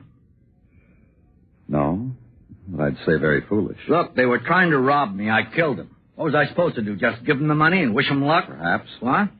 For every hold-up man you've shot it out with, I can show you in our files a dozen dead heroes. They shot it out, too, but they were killed for their pains. Not me, and I never will be, because I know how to use a gun. And I know those punks, too. They're all yellow when things are equal. I know. I've killed 3 of them. And I'll kill 3 more and 3 more after that. Mr. Chase, listen, what I'm trying to say is this. Our job is to apprehend the bandit. It's not your job. You're not being paid to risk your life or shoot up your neighborhood. If there's any shooting needed, we'll do it. I don't get you, cops. A man shoots a bandit while defending his property, and then you give me a lecture. Let me put it this way. Someday you'll find a gunman who'll be a little faster than you. Then what? That day will never come. You know why? Because I know my guns. My wife thought I might be killed when I was in the Pacific, but I killed instead. Me and guns have got an understanding. Neither has failed the other yet. You're a very sure man, aren't you, Mr. Chase? Yeah, I try to be. If I'm not mistaken, you've got a boy almost that kid's age, haven't you? So? I was just thinking out loud. A terrible price the young sometimes have to pay just for a living. Hey, look, Captain, I don't feel sorry. Do you? I didn't know the boy, I couldn't say. Except, like you, I have a boy almost his age, too. So. Captain Runyon. Yes. It will be out in a moment. I'll have a statement to make then. The newsmen want to talk with you. Take some pictures, you mind? Oh, sure, why not? Oh, yes, I forgot. We've been all over the front pages together before. Twice, in fact. It makes you an old hand at meeting the press. Maybe that's why these hoods keep trying to hold me up. It's a game. They read about me. They want to see if they can take me. Well, Mr. Chase, some might say that you should get a medal for shooting these hold-up men. And then, again, if it were me, I'd find me a business where I didn't need a cocked gun to ensure my profits. I manage. Yes, I guess you do. Are you ready?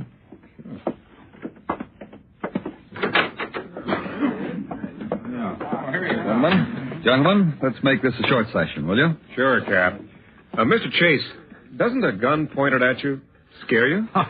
Oh, maybe at first, but if I have a gun, too, I feel a little more equal. The fear's gone. Well, do you feel your money is more important than your life when you choose to shoot it out with a hold-up man? It's not a question of which is more important. I never worry. Handling a gun is a matter of reflex.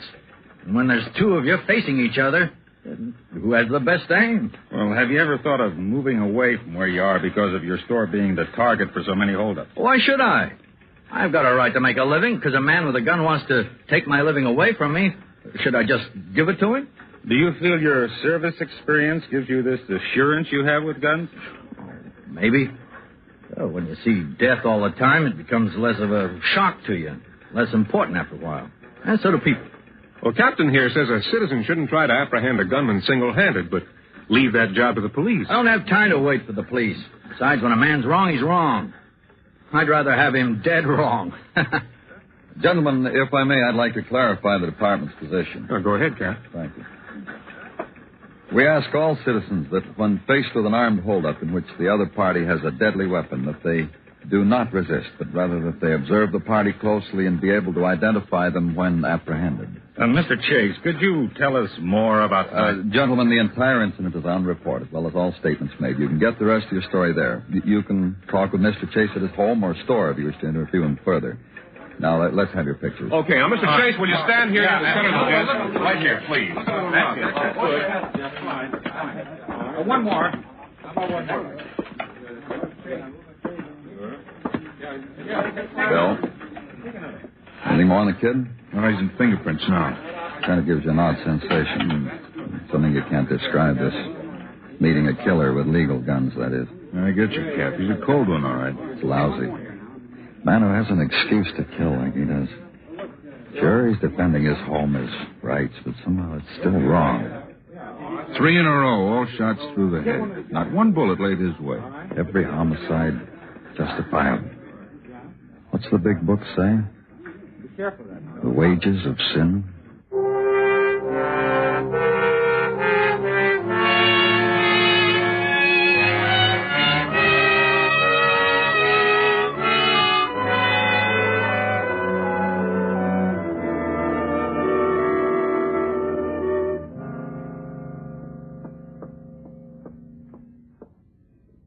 Tim, you've been up all night. Why don't we close today? No. Business as usual. We ought to get a lot of new customers with all this in the papers. I only hope Jerry doesn't read it. You hope Jerry doesn't read about me, my own son? He should be proud. He will be proud. Dad's not afraid. Dad went through a war and he came back. He can still take care of himself. And Jerry will be like me. To meet the world face to face. He won't take anything from anybody. I wonder. What's the matter with you? Well, I'm sick of all this. The newspapers, people coming in congratulating you. For what? Oh, you're just upset, that's all. Tim, this is no good, all of this. Jerry's coming home from his first year at college, and he comes home to murder. Hazel, I don't like that kind of talk. Well, what do you call it? Well, he'd have shot me. All of them would have shot you, is that it? Hey, whose side are you on? Protect ourselves, yes, but you know that none of those people... Hazel, we're in business. I've got to protect that business. That's why I've always got a gun handy. Is it, Tim? Oh, Captain Runyon. Oh, Mr. Chase. How do you do, Mr. Chase? Fine, thank you. I'd like to have a little chat with you and the missus, if I might, Mr. Chase. Of course. I know that you've both been through a lot, but I feel this is important. We have very good reason to believe that the man shot here last night did have an accomplice. Oh, is that right? Yes. A brother. When did you find out? This morning. When we got back positive identification of the boy from Washington. 2 and 2 still make 4. He had a brother who was released from state's prison only last week. What was his trouble? Robbery and attempted murder. You people think that maybe he was outside last night? Yes. A woman who lives a few doors down from your store said she saw a car pull out about the same time she heard gunshots. So maybe he ditched his brother and doesn't want any part of us. Maybe. Maybe not. We're not paid to act on assumptions, but to always presume the worst. We're going to place a stakeout near your store for the next few nights. What if I don't want the police around my store? I don't understand. It's bad for business. I can take care of myself. That isn't the object, Mr. Chase. Our job is to catch this fellow, and if you have to be a decoy, we'd like to protect you and your wife as well as catch our man. This guy doesn't want any part of me. You're presuming a lot, Mr. Chase. This man is a killer, too. Though I don't like to say this, he may try to avenge his brother. If I were you, I'd treat every stranger who came into my store for the next few days as the man who might not just want to rob you, but perhaps to kill you.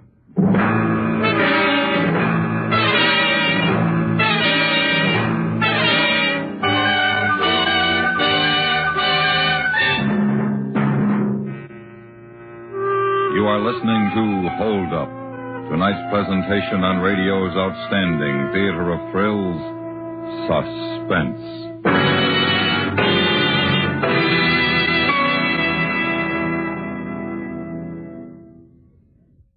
A double-barreled dramatic treat is Gunsmoke. Written with style and acted with a flourish, every drama on Gunsmoke is one that adults will enjoy. For the adventures of United States Marshal Matt Dillon are stories about people who might have been real. Every Saturday, every Sunday, hitch your wagon to the Star's address and let us take you back to the early days in Dodge City and set you down right smack in the middle of an exciting situation on Gunsmoke. And now we bring back to our Hollywood soundstage Mr. Joseph Kearns, starring in tonight's production, Hold Up, a tale well calculated to keep you in suspense.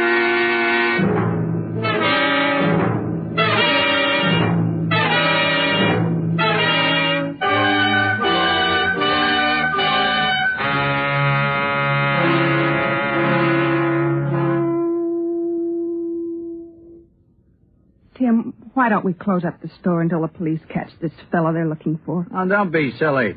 Cops always look for the worst. The kid was probably alone. So some old lady up the block hears a car pull out just as I shoot. So that means we have to start running? Oh, just the same, I don't like this. Oh, Hazel, why don't you quit worrying and start getting things ready for Jerry? He'll be home in a day or two. You read his letter? Oh, yes, you're right. It'll be good to have him home. Forget all that's happened. He's doing so fine at school.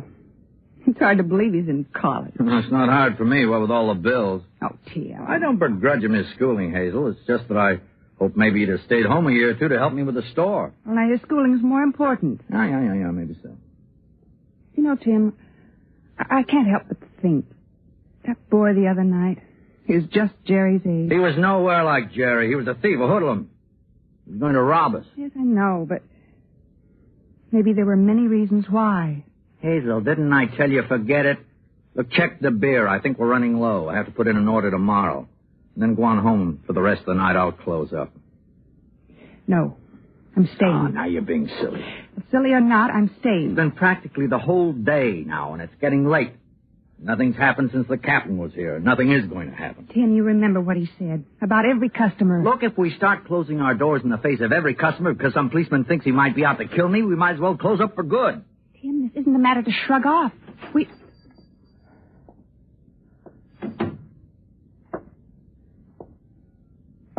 Evening. Can I help you? If you can't find out what you want, just ask. I will. Oh, those are real good apples. Hood River apples. We do have wonderful apples. You know the Hood River apples? Yes, ma'am. Looks like we're going to have a storm. And it's been so nice all week. Hazel, why don't you phone... Do you have any pomegranates? I think so, over in the corner by the vegetable racks. Hazel, I was asking, why didn't you phone the depot to see what trains are doing tonight? Maybe Jerry will be in earlier than we think. Would you mind waiting a minute or two before you get on that telephone? I'd like some help here. Oh, I can help you, sir. Hazel, you go on and make the call. Both of you run this store? Yeah. Then why don't both of you help me? course. I don't know what I want exactly. I just moved into a place near here, and I was thinking of stocking up a food supply. We'll be glad to help you.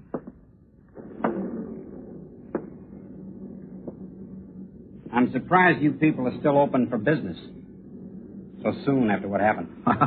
Well, business as usual, you know. No, I don't. I guess those things happen to a lot of people. Besides, the police are pretty efficient. So are you. By what the papers say.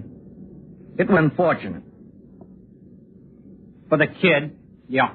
We're going to close very soon now, sir, if I can help you. You can. How about you and your wife picking out a lot of canned goods for me? Anything you think a bachelor might need to set up housekeeping.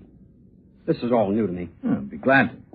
I'll just take a moment to make this call, and then I'll be with you, dear. I thought you said you were in a hurry to close. Picking out all the things I want might take some time. Why don't you have your wife call later, huh? Hazel, come on and help me with this gentleman. All right. Thanks.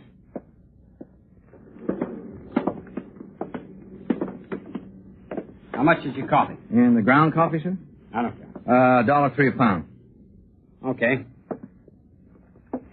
Now, you pick out, like I say, what a person needs to keep eating a week. Okay, so you better take care of the butter and milk, and I'll handle the canned goods. You folks have got a nice little store here. We like it. Maybe that's why you don't like people sticking you up, I guess, huh? How about beans and corned beef and some tuna? Sure.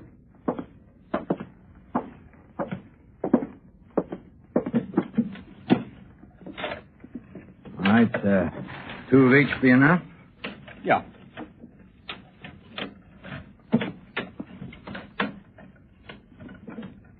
Excuse my curiosity, but what did this kid say that held you up the other night? I don't remember exactly. If a person held me up, I'd sure remember everything that happened. I'd always remember.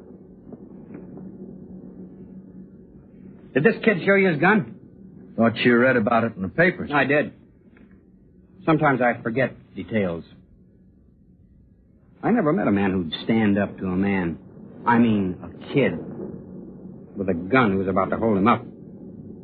I do remember the papers saying the only shots fired were yours. Clean through the head. Real clean, too. Will there be anything else, sir? Yeah.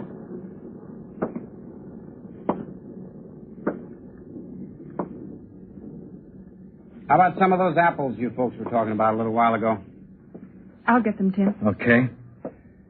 You want all your groceries in boxes or shopping bags? Boxes. All right. Have a car to carry all this stuff? Yeah. Down the street a ways. I'll help you. No. I can manage. Well, now, let's see. That comes to...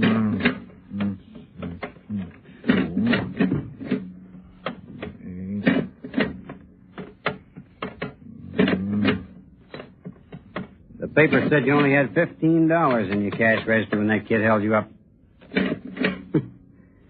You'll have a lot more after you finish with my bill, huh? There, that'll be $23.44. All righty. Hazel, you can get ready to close up after this gentleman leaves. Right after I call, dear. We're expecting our son home from college any day now. We thought he might be coming sooner than he said. You know, boys, always anxious. Yeah. That kid the other night was anxious, too. But he got over it quick, didn't he? Hello? Oh, Captain Runyon. What? Oh, wait a minute. Thank you very much, sir. Yeah.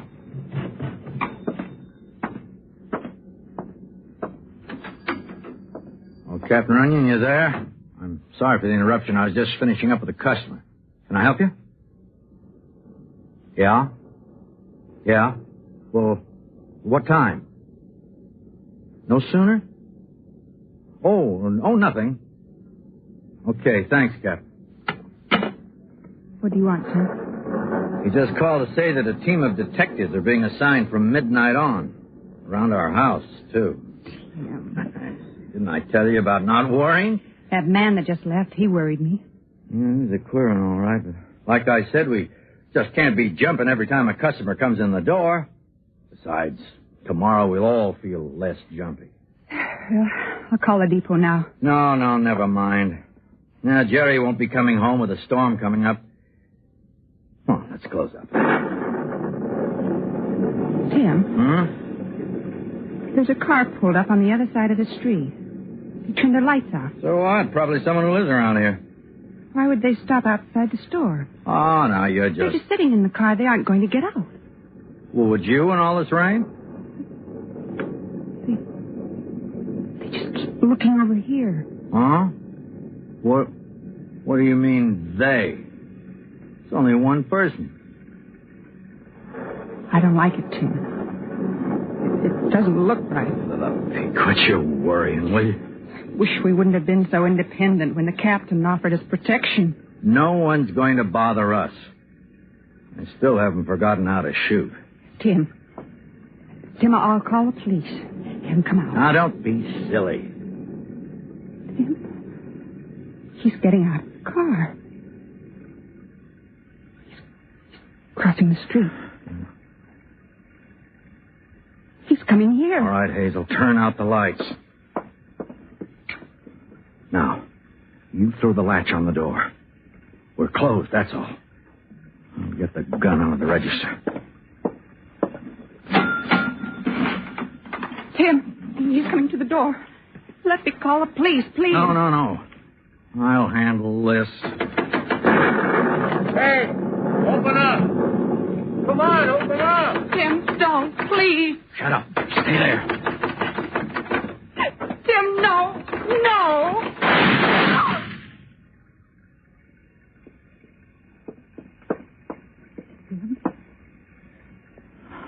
Okay, you can call the police now.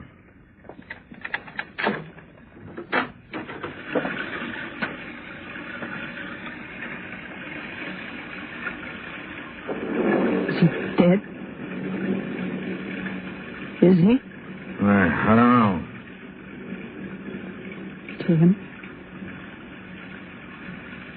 Tim, turn him over. Why? Turn him over. I want to see his face.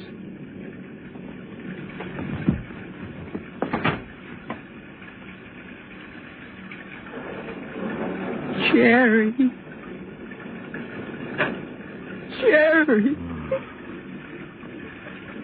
Oh, he must have got that car he was telling us about.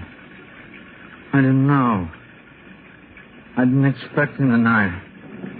I didn't know.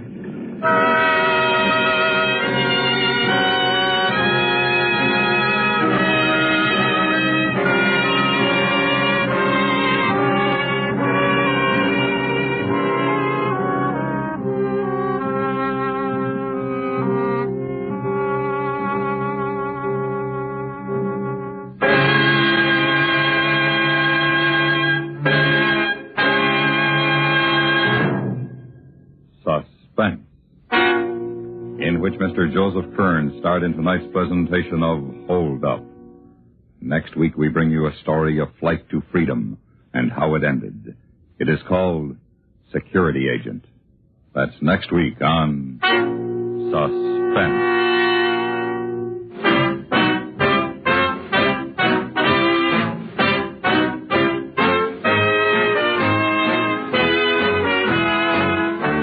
Suspense is transcribed and directed in Hollywood by Anthony Ellis. Tonight's script was written for Suspense by Jules Maitland. The music was composed and conducted by Wilbur Hatch. Featured in the cast were Alice Backus, Leonard Weinrib, Shepard Menken, Larry Thor, Byron Kane, Frank Kirstel, and Sam Edwards. The foot soldier in the fight for justice anywhere is the man on the beat. But in a big city, a policeman has many other responsibilities in addition to the big one of maintaining law and order.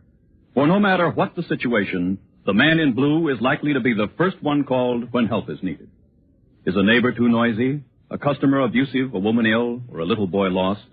No matter what the reason, someone is sure to call the police. And in each call the men of the precinct answer, there is sure to be an intensely human story. For drama as rich in emotion as it is in excitement and action, listen for 21st Precinct every Thursday night. Don't miss it tomorrow over most of these same stations. Stay tuned for 5 minutes of CBS News to be followed over most of these same stations by My Son Jeep.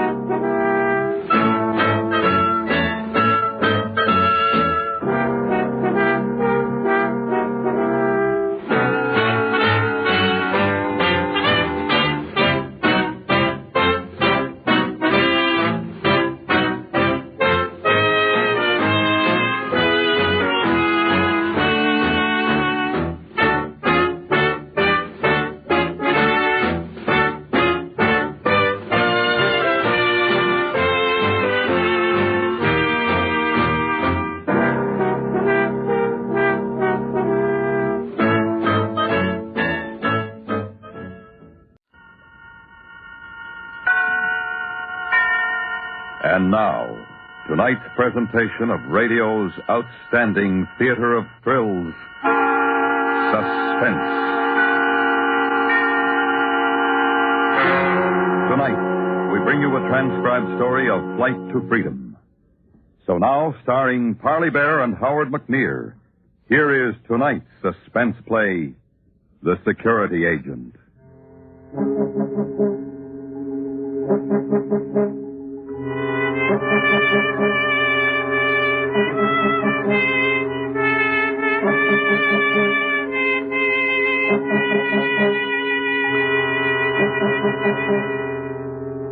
The plan was almost laughable in its conception. The beginning was 4 months ago. The place, Krakow, Poland. There were two friends, Joseph Ostrowski, a superintendent in the state bus works, and Frederick Zilonko, an executive of the state radio broadcasting company. Both were over 40, both unmarried. They met regularly on Saturday nights for dinner and an evening of chess. In May of 1956, on just such a Saturday, Zilonko was trying to maneuver Ostrowski into a stalemate.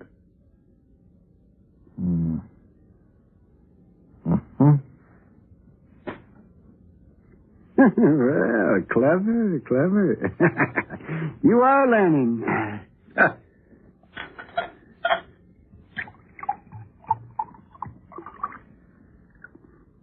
Another beer, Joseph?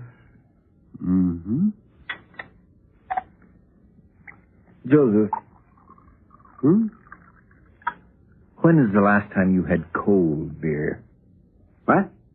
Oh, I don't know. If I had a refrigerator, we could have cold beer. If cows had wings, they would fly. At the trade fair in Warsaw, I saw refrigerators. Big, beautiful refrigerators. I wonder where they went. Who got them? Oh, don't be funny. It's all very well for you. You didn't go. You didn't see what I saw. I had to broadcast it. I heard you weren't very good. I'm not an announcer. I'm an official. Do you or don't you want to finish this game? I'm sorry. We'll finish. Joseph. Are you going to the mechanical exhibition next month, the one in Prague? Not if I can help it. Keep quiet, will you? I'm hoping to be able to go. I don't like airplanes. Ah, now, get out of that. I think I will. Huh? Get out. What are you talking about? Why don't you do it, too? Do what? Leave Poland. You must be out of your mind. Oh, no, it's a joke. You're joking. No, I'm not. I've been thinking about it for a long time. Somebody might... You don't have to worry. We're not being monitored. I'm clear with security, and so are you, in case you're interested. Well, it must be the beer. You shouldn't drink so much. I'm not drunk, and you know it. I'm sick of living this way. Well, I'd rather not talk about it. Why not? Well, it's not healthy. The police have a way of finding these things out. Even what you're thinking. That's another reason to get out. Oh, you've been working too hard. Things aren't so bad here, you know. I don't know.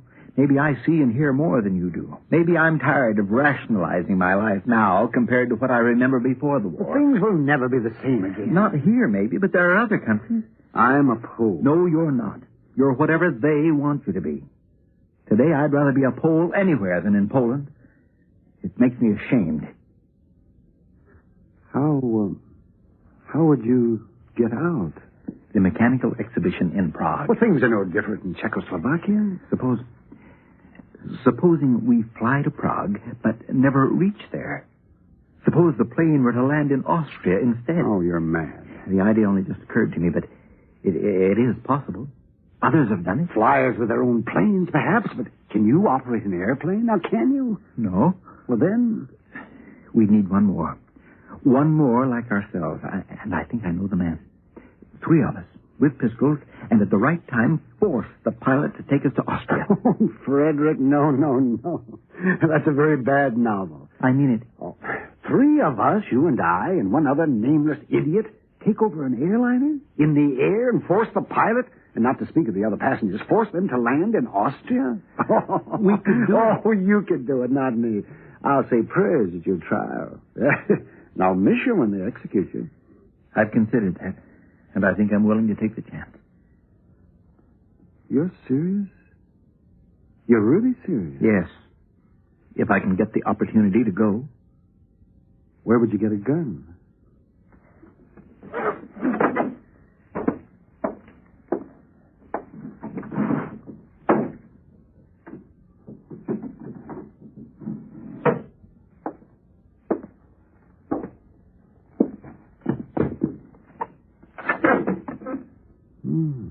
And I can get another.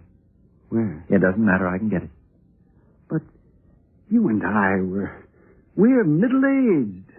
Young people do this kind of thing, but not us. It's too late for us. Is it? Well, all our lives, our work, friends, everything is here. We could start again. Oh, it's ridiculous. Talking as though we'd really entertain such an idea. Oh, now, come on, forget it and finish the game. Come on, it's your move.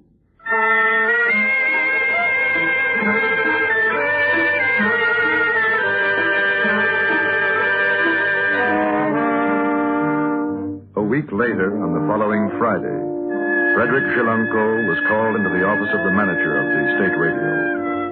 The man's name was Kozhun. He liked Shilanko, and he offered his subordinate a cigar. Shilanko? Comrade Kozhun? Shilanko, I've had my eye on you. Oh? I've had my eye on you, and I've been wondering. Something wrong? You puzzled me. In what way? I've wondered why a man of your ability, your obvious devotion to your work, does not become a party member. Oh. Well, Comrade, I'm afraid I suppose that I'm not well enough politically adjusted. Perhaps I'd rather others make the decisions for me. It makes it a little awkward at this time. You see, there is the mechanical exhibition in Prague. Yes, I know. You are the logical man to send to supervise our broadcast, but it's a question of sending you to Czechoslovakia, you see. But, Comrade, surely my record... Oh, you've been cleared by security. No question of that, my friend. No. It's a matter of political expediency. A party member would make a so much better impression with our comrades in Prague. Ah, yes. On the other hand, there's not a man in the company with your qualifications to fulfill the task. Yes, I can see it is a problem. You understand that these objections come from a high source, and believe me, Chilanko, they are not personal. I believe you. Therefore, if I am forced to assign another man, a party member, to accompany you, a man who is outwardly your superior, you would understand. Well, I'm not sure. Someone who can meet the officials in Prague. Someone who can speak as a representative of the state radio. Of course, the technical details would remain in your hands. The power behind the throne, if you will pardon such an expression. Between you and me, my friend, I would not blame you if you declined. Well, I think it over. Of course, it will do no harm as far as your future position is concerned if you were to agree. Well, have they someone in mind for the spokesman? Vladimir Heletsky. Haleski? He is a party member. Of course, I understand. Think it over, my friend. I have. I should be honored to represent the state radio and do my best in whatever capacity. Uncle, I salute you. I may add that you have saved my neck with those in higher places. We can be sure that in your able hands the broadcast will be successful. I shall make all arrangements. You and Comrade Haleski leave next week. By plane, Comrade? Of course, by plane. Our newest, I should say, our great neighbor's newest and best transport. Thank you, Uncle. Thank you.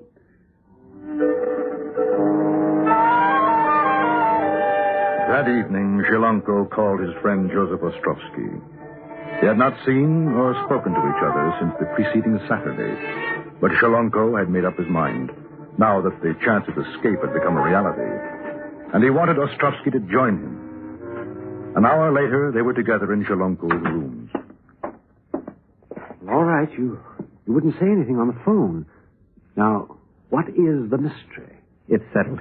They asked me today. They asked, almost begged me to go to Prague. Oh. I leave next week. I want you to come with me. Well, I'm afraid I'll have to, whether I like it or not. I'm representing the bus works at the exhibition. You know what I mean, Joseph. Yes, I know what you mean. And I've been thinking about it all week. I'd hoped you would have given up the idea. Given it up?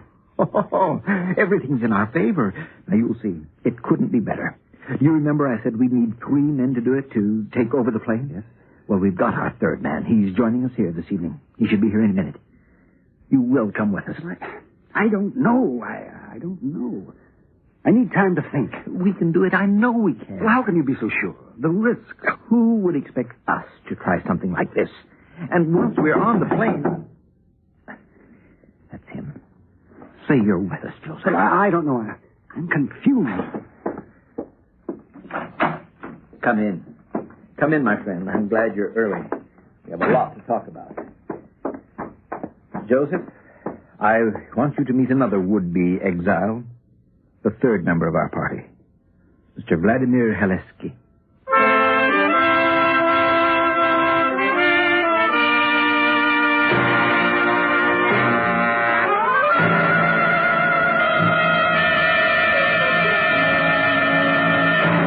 You are listening to The Security Agent, tonight's presentation on radio's outstanding theater of thrills, Suspense.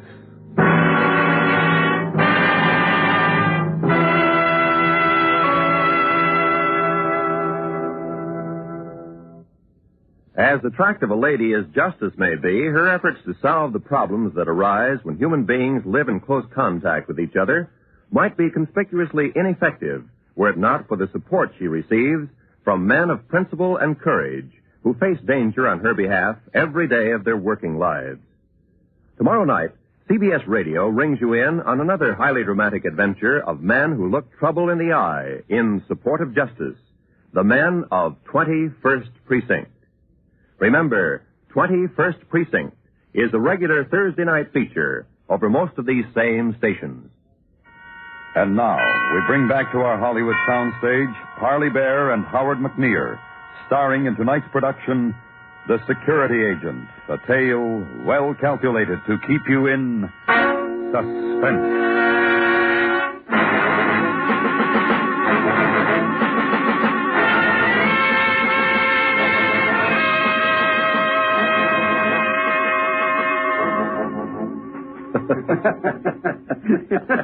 Well, I should be happier if I could understand the joke as well. Joseph, I'm sorry. You see, they think that they assigned Vladimir to take the trip to Prague, but after I told him of our plan, he was the one who suggested that I was not a fit representative and that he would accompany me. It was Vladimir's idea. You're a party member? They think so. He agreed it is possible. You see, Joseph, I'm not so foolish. Here is a man younger than us. He thinks it can be done. I think it can, yes. Won't be easy, but with a little luck. Here, I brought a map. I'll show you. Now, here, this is the route of our flight to Prague. We're in Krakow here. We fly west to Prague, here. Now, the closest point to Austria is approximately here at Kolin. some 75 to 80 miles from the border. Just before we reach there, that is the time we take over the plane. But what if the pilot sends out a radio alarm? Won't they send up check fighters? It's a chance we have to take. I don't think they'd shoot us down anyway. There'll be too many important people going to the exhibition. And if each of us handles our assignments correctly, they'll send no messages. Well, Joseph? I can't talk you out of it. No, my mind's made up. I'm going. All right. Then I have to come with you. They talked and made their plans far into the night. They knew that it might be unwise to be seen together after that until they boarded the plane. It was agreed that only 2 guns would be carried, and both of these by Haleski, who, as a party member, would be least likely to be searched. Once on the plane, a gun would be given to Zhelonko, and the other retained by Haleski. Ostrovsky, by his own admission unused to firearms, would act as liaison between the 2 men once the plane had been taken over. You, Frederick, will keep the passengers in their seats. As far as I know, the plane won't be full. Probably 20, possibly 30, but no more. We'll know that in a day or 2. Now, I'll take care of the pilot's cabin. Ostrowski, it'll be up to you to help Frederick with the passengers. I'd feel better if Joseph had a gun, too. 20 or 30 people aren't going to be easy to watch. We can't risk one of you carrying a gun. If you search, we're finished before we even take off. All right. Oh, and I think there's no more to be said. Good luck to us all. Good luck. Good luck.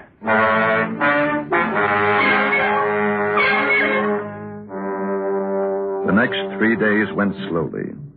Now that the decision had been made, Zhelonko became increasingly wary. On his way to work on Monday, he had the feeling that he was being followed, but dismissed the thought as due to his nerves. He carefully avoided any words with Haleski at the radio station, although he saw him 2 or 3 times that day. On Tuesday, both Zhelonko and Haleski were called to the manager Korjon's office for instructions concerning the radio broadcast schedule at the Prague exhibition. On their way out, in an empty corridor, Haleski passed a note to Zhelonko and walked downstairs to his office. The note read, State security agent will be on board plane with us. I don't know his identity, but we'll try to find out. No reason to think they suspect us. Probably only routine precaution, but be careful. Behave normally. Destroy this immediately. Zhelonko went into the lavatory and burned the note. On his way home that night, once again, he had the feeling that he was being followed.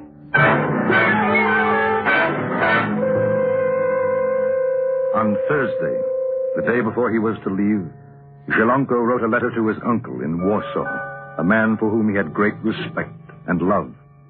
He said, in part, You will, I think, understand why I'm doing this. Perhaps there are many of us here in Poland who will agree with me, and others who might think I am a coward. And that if I feel so strongly about freedom, I should stay here and fight for it at home. My dear uncle, if I can accomplish any small thing in the free world, it'll be to say the things that need to be said about what is happening here. This, I'm convinced, I am more fitted for than taking up the battle on the home front. I fear I would only end up before a firing squad. I have no illusions about my strength as an underground agent. Either I am too afraid or too conscious of my own inadequacies if I stay. I would never be able to fight. I have never been able to. That is why I must leave Poland. Someday, I hope that I shall be able to see you again, as you are the last of my living family. In any event, I shall think of you often, as I trust you will of me, kindly. You must burn this letter, as I should not want you to be involved in the event that I am either caught or that I escape. With fondest regards, your nephew, Frederick.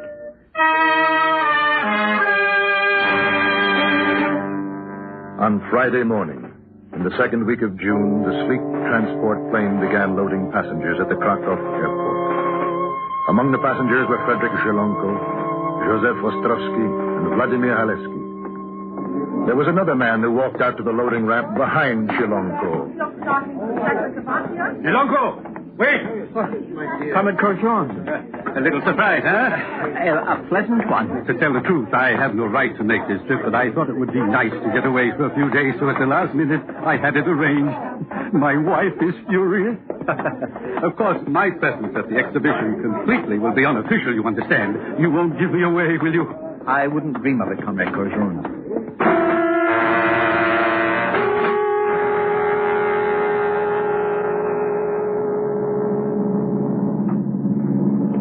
What do you think? About Corjon? I don't know. Surely he couldn't be the security agent? Doubtful, but possible. Do you think he's come along to keep an eye on us? Either that or to drink some good check beer. Can you see Joseph? He's 4 seats behind us. Now stop worrying. When I give the signal, he'll follow us forward toward the pilot's cabin. Don't worry. You'd better give me my gun now. Fold your newspaper over your lap. Open it up a bit more. All right. Here. I feel better now. Let's hope you don't have to use it. How much longer do you think? 40 minutes. Relax, sit back. Well, I'm worried about that security agent. Supposing he knows. How can he? Did you tell anybody? No. Did Joseph? Oh, I'm sure not. Then? Vladimir. I did tell one person. What? Yesterday, I wrote a letter to my uncle. You fool. How could you do such a thing? I wanted to say goodbye. You said goodbye, all right. One or the other of you, that's certain. Yes, but he couldn't have got the letter yet. Well, it's too late now. If security intercepted that letter, we'll know soon enough. It was stupid, wasn't it? Yes, it was stupid. Better shut up. Jones watching us. We shouldn't be too friendly. The plane flew at 10,000 feet over the Czech border. 26 passengers looked down to earth as the announcement was made, and although there was no difference, each thought that he noticed a change in the landscape as the invisible line was crossed. Corjon moved down the aisle with a glass of vodka in his hand. He smiled benignly at Zhilonko, at Haleski. Well, this is more like it, huh? Away from the humdrum everyday turmoil of the station. Well, Lucky, imagine how many would like to be doing this. Will you join me, gentlemen? A drink? Well, no, thank you. I'm not used to airplanes. Haleski? I think not, comrade. It's too early for me. Oh, well, we make up for it in Prague, huh? He moved away, pink-cheeked, affable, and Zhilonko wondered what his friend Joseph Ostrovsky was thinking and felt sorry for him because he had to sit alone, without a gun.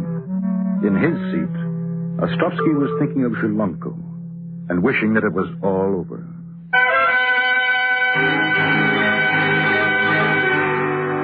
Then they were 10 minutes away from the point where they would make their attempt.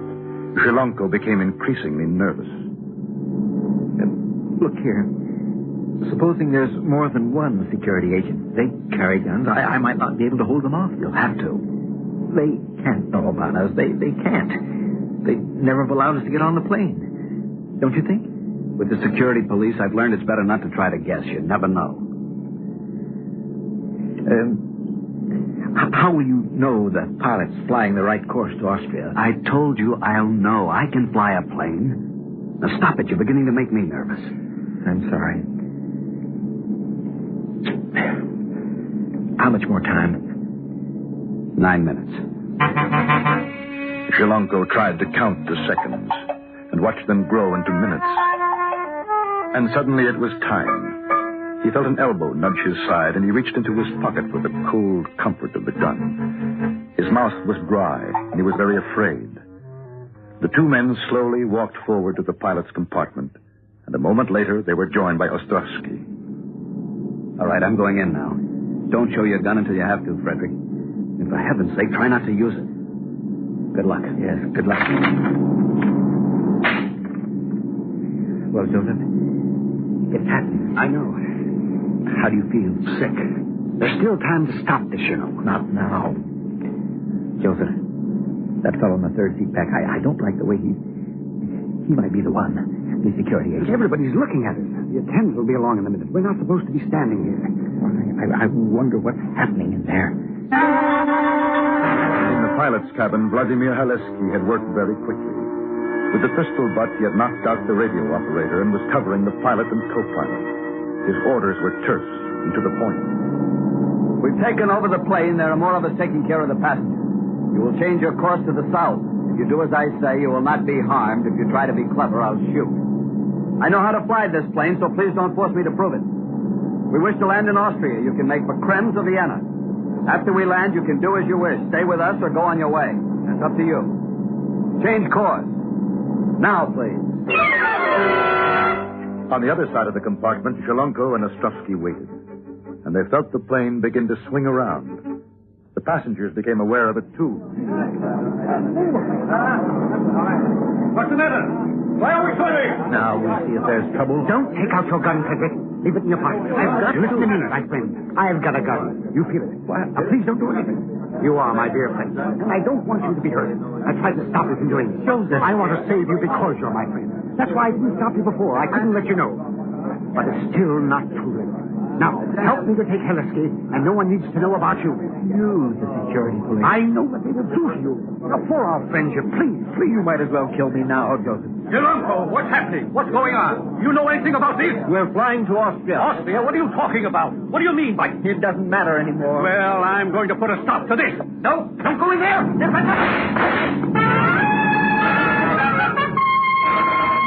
It is questionable, as the cabin door was opened, which of them fired first, Shalonko or Ostrovsky. The fact remains that one of them was hit and the other was not.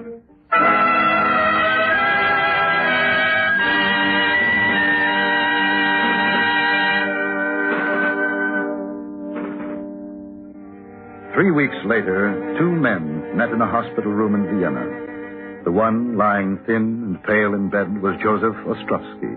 The other, his good friend Frederick Shalonko.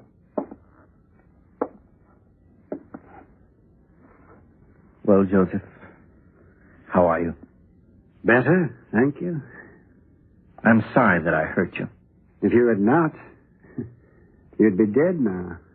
Yes, I suppose so. You'll be going back soon? As soon as I can get up. Yes. Will they do anything to you? I don't know. They might.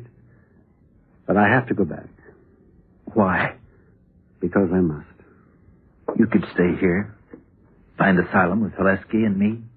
I don't think your new friends would appreciate the fact that I've been a security agent. Others have done it. I asked you before, Joseph. I'll ask again. Get out. Don't go back. There's nothing for you there. We don't feel the same way about things. You and I. Yes, we do. Otherwise, you couldn't have protected me for as long as you did, knowing the way I felt. Don't you understand? Joseph, please, don't go back. I'll do everything I can to help. I'll think about it.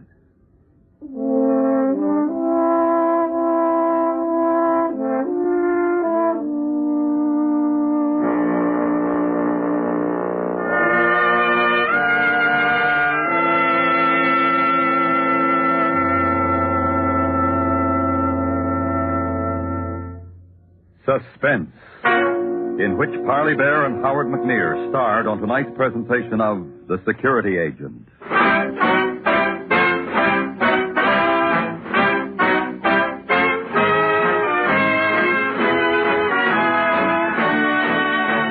Suspense is produced and transcribed in Hollywood by Anthony Ellis.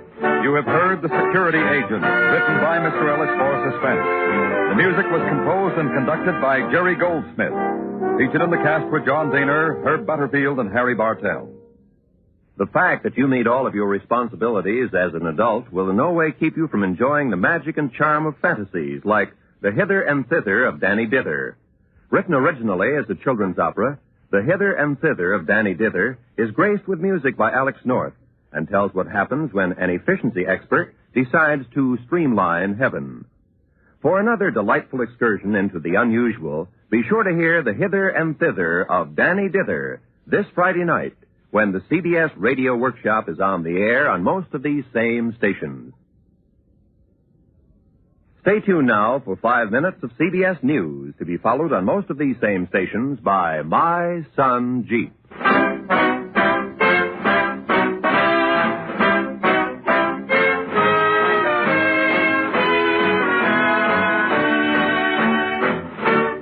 America listens most to the CBS Radio Network.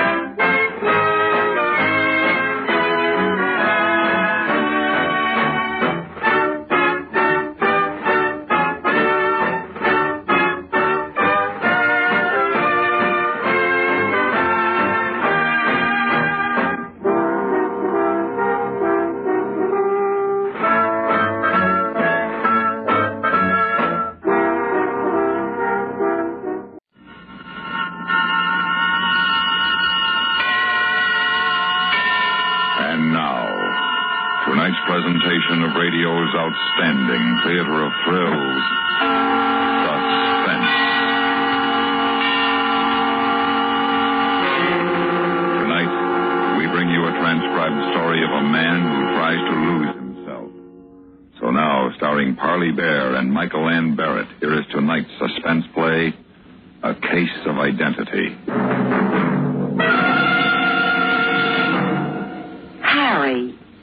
Harry, answer me. Well, I don't know, Edna. You don't know what? I don't know if it's such a good idea. It might not work. Are you crazy? You think I planned something that wouldn't work? You think that? No. Well, then what is it? Well, how are you so sure the insurance company will do it? You try him, Harry. You try finding one that won't jump to insure your life for $100,000.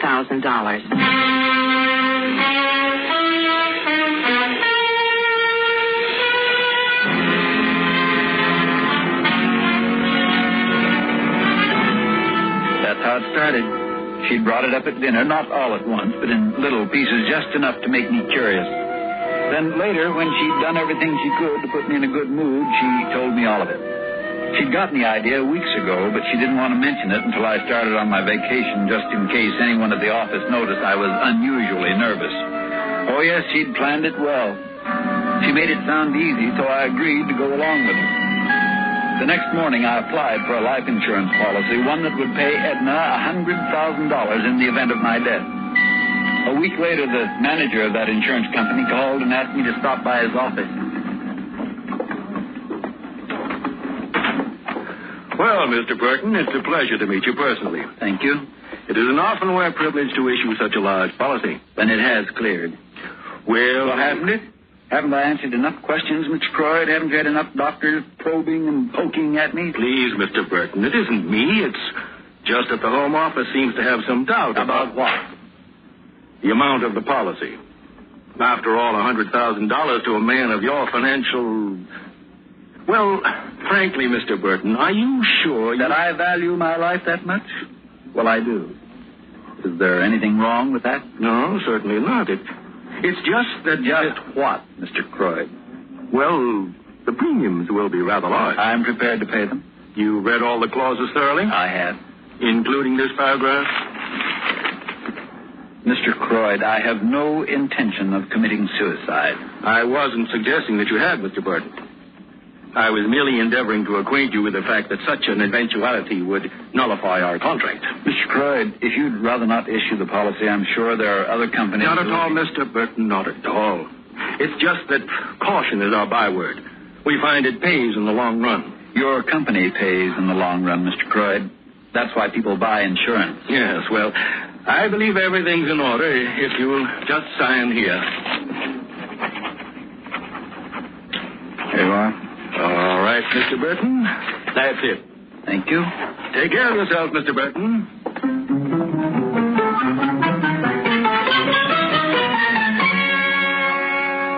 Half an hour after leaving his office, I walked into that park in the center of town. I'd been spending a lot of time there, watching, waiting, feeding the pigeons. Then I'd spotted the particular pigeon I'd been waiting for. With the same height, weight, same color eyes. We could have been brothers, except that he was a mousy gray, the color of all stumblebums. For 3 days now I'd been watching him, getting to know his habits. He showed up every morning about 11. First he'd take a walk, looking for butts. and he'd flop on the grass and sleep. This morning, I wasn't going to let him sleep. Hi. Nice day. Yeah, smoggy. Yes, it is. It gets your eyes. Sure does. Isn't doing my head much good, neither. Bad night? Huh? You don't happen to have a drink on you, do you? No. But here's a buck. Hey, how come you give me a buck, mister? I've got a job for you. Job? Oh, I'm not looking for no job. I've been sick, real bad sick. Oh, you don't know. Well, there's not much work involved. I have a cabin up in the San Bernardino Mountains that's kind of run down. I need somebody to help me fix it up. Oh, no. That sounds like heavy work. My doctor said... I'll do the heavy work. Okay? It'll mean $50 to you. How about it? 50? Mm-hmm. Half now and half when the job's finished. Well, as long as there's no heavy work, then... Well, when do we go? Right now? Now? Sure. Anything wrong? Do you have a business appointment? Well, now you don't have to get sassy. Okay, we go as soon as I get that 25. You are? Oh, just one thing more. What's that? About that drink, I could sure use it. You'll get it.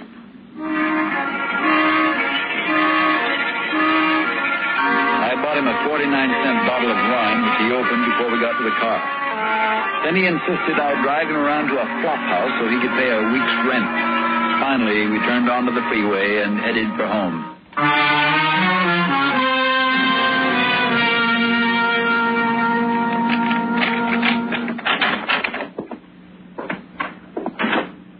Harry? Yep. You're late. Why didn't you call? I was busy getting this. You got the policy. Oh, Harry, I was so worried. Never mind that now. I've got him in the car. What? He's in the car. Now? Here? It's all right. The car's in the garage. He's drunk, and nobody saw us. So we can't keep him here. I know. You mean do it tonight? Oh, no, Harry, not tonight. Why not? Because it's too soon. They're bound to be suspicious. They'll be just as suspicious 6 weeks or 6 months from now, maybe more. We do it tonight, they'll believe it.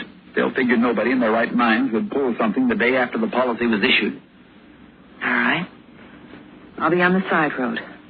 The cutoff I showed you, remember? I remember. I'll be there in the coupe at 1 o'clock. I won't turn on the light. Okay, I'll find you. Harry? Yeah?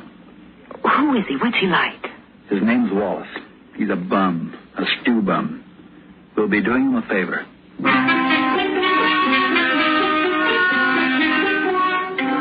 I backed the car out of the garage, careful that no one found me. Then we started. My traveling companion wasn't feeling any pain. He polished off his bottle and passed out. No sign of anyone on that mountain highway, no houses, no cars. Not until I reached the 4,000-foot level where there was a little rundown gas station. At 12:30, we reached the cabin. I parked on the slope, pulled the emergency brake tight, and then reached over into the back seat for the jack handle. Good. You're very good.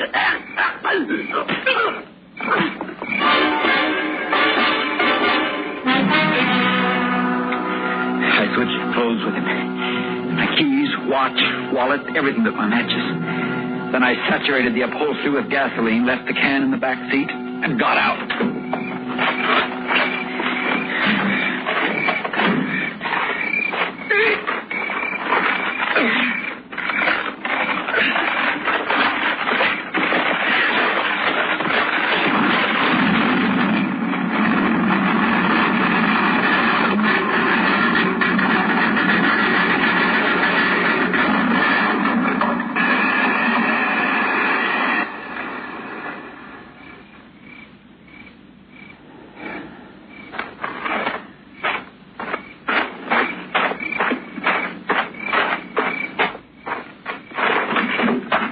Over.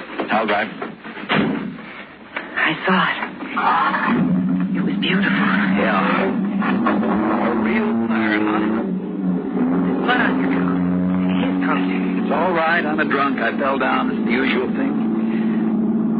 Light me a cigarette. Harry. What? Did you leave the car in gear? No. You forgot. Take it easy, will you? I didn't forget. They'll figure I was sitting there drinking, fell asleep, the brakes slipped. It'll be all right. When do you think I'll find him? Tomorrow? The next day? Now, when the police come, you know what to do. Yes. They'll ask a lot of questions, but don't lose your nerve and don't. What's wrong? I don't know. The motor's missing. What's that? Oh, shut up, will you? Well, Harry, do something. Please do something. If they find us here like this... Shut up!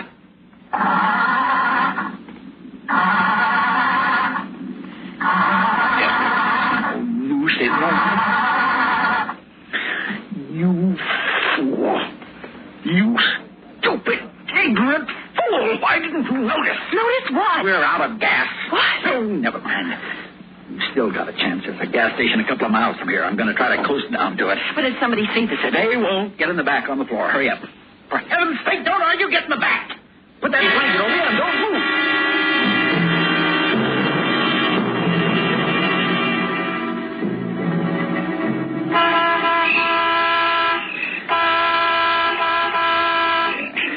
Their lights are out, but somebody's got to be inside.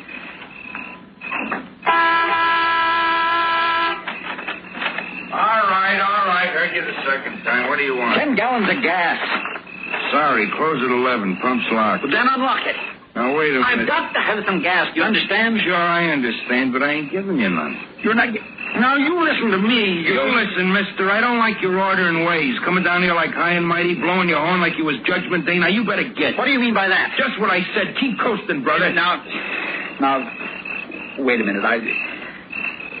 Look, I'm sorry. I've been on the road all day. I'm jumpy.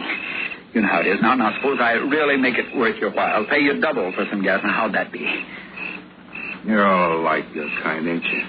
Always figuring everybody's got a price. Well, your money ain't gonna cut no ice with me. Now, you go on before I get my shotgun. Okay, I don't want any trouble, only I thought maybe you'd be interested in $20. Huh?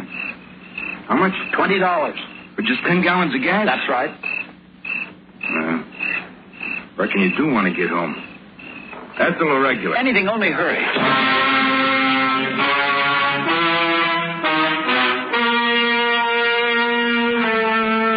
She stopped the car a couple of blocks from Skid Row. I got out and disappeared. The torn suit, bloodshot eyes, and my beard put me in that mousy gray color. A few hours later, I was just another stumblebum. 3 days went by before they found the body. Naturally, the newspapers played it up big, real big, with a picture of me and an obituary half a column long. There was also a picture of Edna, the grief-stricken wife, taken right after she'd identified my body. I turned the page and kept on reading, and then I saw it. Only a small paragraph, but it said my widow would receive her $100,000 immediately.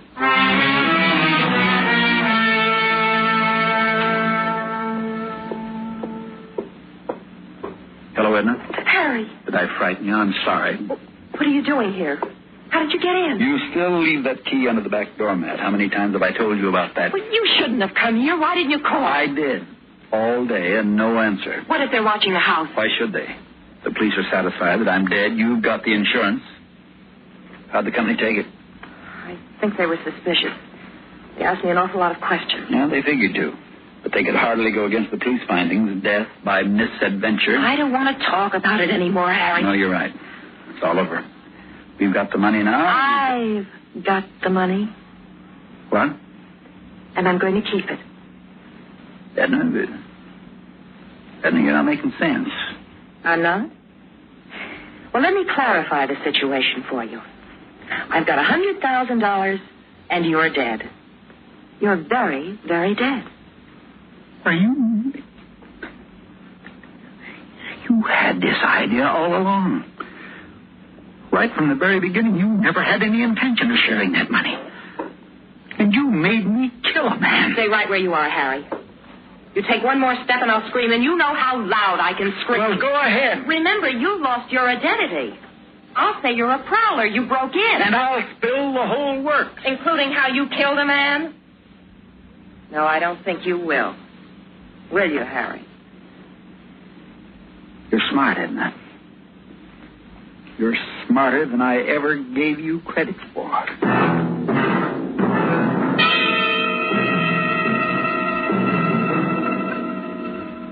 She'd always been the strong one, the aggressor, always gotten her way up to now. That evening, after making sure she'd been picked up by her cousin to go to a movie, as they usually did on Wednesdays, I entered the house again. I'd attended a sales convention the month before, and while I was away, I'd written her twice. Those letters were still in her desk.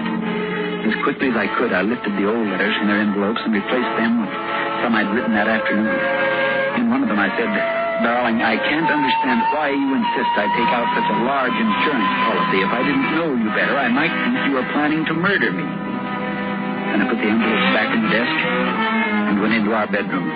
The keys to her coupe were on the dresser. I put them in my pocket, picked up one of her shoes, and started for the mountains.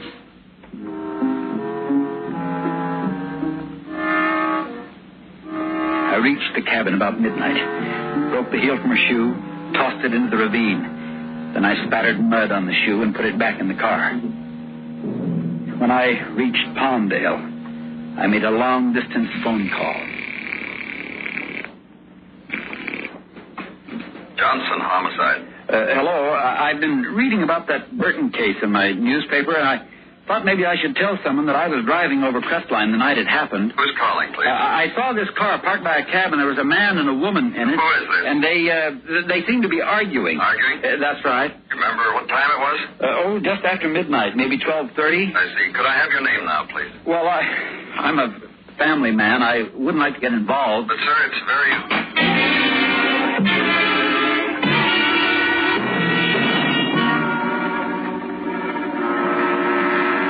It was the next afternoon before I could get back in the house.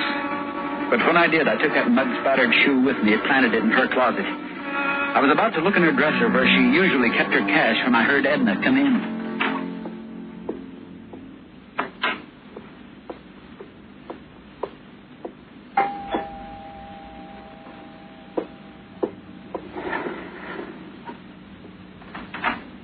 Miss Burton? Yes? Sergeant Johnson, Homicide Department. May I come in? Why, yes, certainly. Thank you. Sorry to bother you again, Mrs. Burton, but something has come up. Yes? You stated at the inquest that you were home the night of your husband's death. I was. Can you furnish proof to that effect? Well, I suppose so, but I really don't know how at the moment. I told you everything before. Some additional information has come to our attention. We'd like your help in clearing it up. Well, naturally, I'm always ready to cooperate with the police. Fine. Then you'll answer my questions, won't you? Did anyone see you here that evening? Can you furnish any proof at all? I'm afraid I'll have to have you come along with us, Mrs. Burton. But why? I haven't done it. I'm sorry. It's utterly ridiculous. It's necessary, Mrs. Burton. Now, if you will, please. Oh, all right. Let's get it over with. Oh, Mrs. Burton, before we leave your house, do you recognize this? What is it? The heel of a shoe. We found it at the scene of the accident. Could it possibly have broken off one of yours? No. You're positive? Quite positive. Very well. Oh, leave the door open, please. My partner and a policewoman are waiting outside. They have a warrant to search your house. Police were going to search the house while I was there. That was almost funny. I was going to be caught in my own trap. For a moment, I panicked. When I realized the search team hadn't entered the house. As quickly as I could, I moved back to her bedroom. I was at the window forcing it open when I heard them, and then I was out, ducking low, running along the side of the house until I reached the street.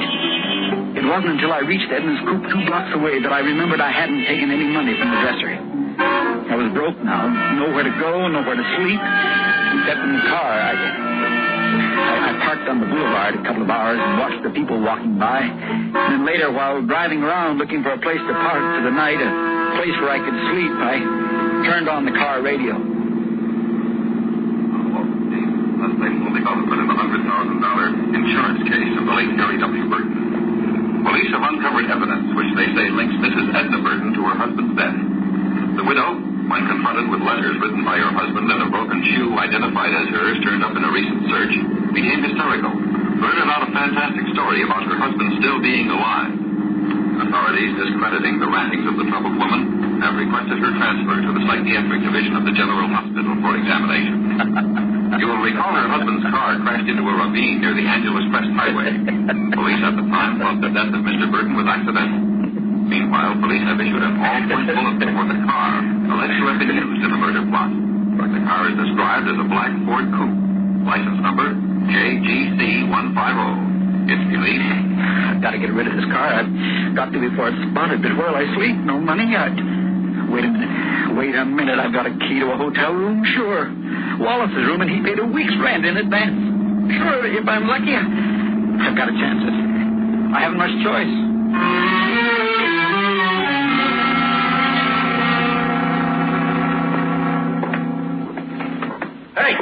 Hey, where are you going? To my room. I live here. You see, here's the key, number 47. What's your name? Wallace, don't you remember? No, I'm just a relief clerk. Oh, well, I've been sick a few days. I haven't been in, so if I owe you any money, I'll pay it tomorrow. You don't owe nothing. I don't? No. Good night.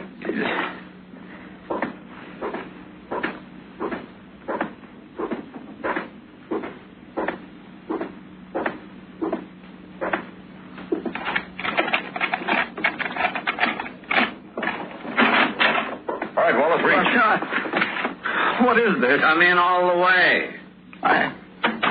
That's it. We've been waiting for you, Wallace. My name's Johnson, homicide. This is my partner, Sergeant Barton. He's clean. Well, what do you want with me? We'll ask the questions, Wallace. Last Tuesday, you showed up here with enough money to pay your rent a month in advance. A month? Get it? Don't tell us you did some honest work, Wallace. Well, you got a fine record. Don't ruin it by admitting you actually did some work. But I did. It was only $25. Can't a man make a little money? Sure he can. Only this happened last Tuesday. And last Tuesday afternoon, you came bouncing in bragging about how lucky you were. You paid a month's rent in advance and said there'd be plenty more where that came from. Your drinking buddies told some of our boys about it. They were worried when you didn't come back. Thought maybe something had happened to you on that job up in Crestline. You did this work up in Crestline last Tuesday night, didn't you? No, I didn't. Try again, Wallace. You can try all night. You're not going to beat this one. We got a description from the gas station attendant up there. Fits you to a T. But you've got the wrong man, believe me. Oh, sure, Wallace. Well, he's not satisfied, Johnny. Give him some more. Okay. Woman you don't know, a woman called Edna Burton. Today, just before she blew her stack, she was yelling your name like crazy. All about a flaming rocket, or was it a fireball? But whatever it was, you were the star of it, Wallace. But I am not Wallace. I'm Burton. Ask Edna. Ask her. You can't. At least not till she's allowed to have visitors at the state hospital. Okay, let's go, buddy. No, wait, please. I'll tell you the truth. You're arresting me for my own murder. I'm Burton. That's so? But if you're Burton, where's Wallace? Where's what? Well, he thinks it's funny, Johnny. Yeah. Wine sure does some crazy things to him. It is funny. It's funny. Don't you see? It doesn't matter whether it's Burton and Wallace. It doesn't matter. It doesn't matter at all.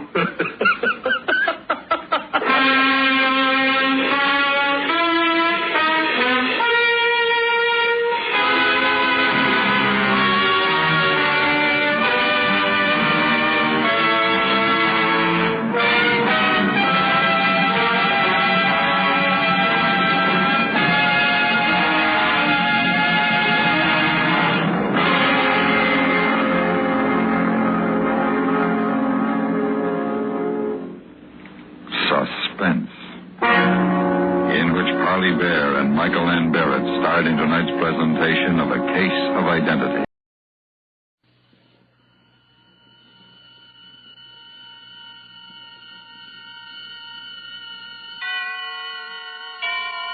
And now, tonight's presentation of radio's outstanding theater of thrills, Suspense.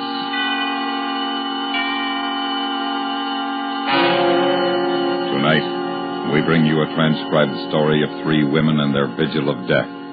We call it Waiting. So now, starring Vivi Janis, Paula Winslow, and Charlotte Lawrence, here is tonight's suspense play, Waiting.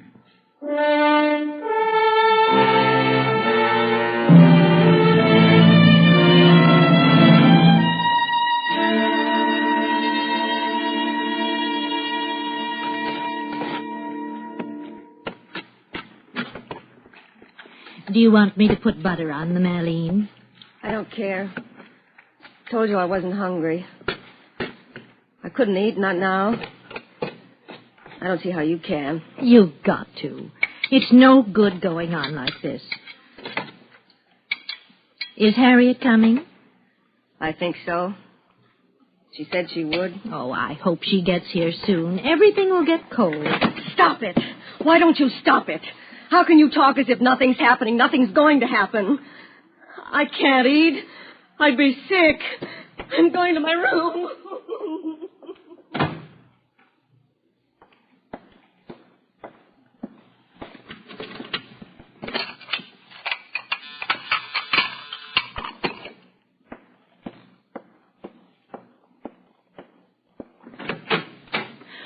Oh, come in, Harriet.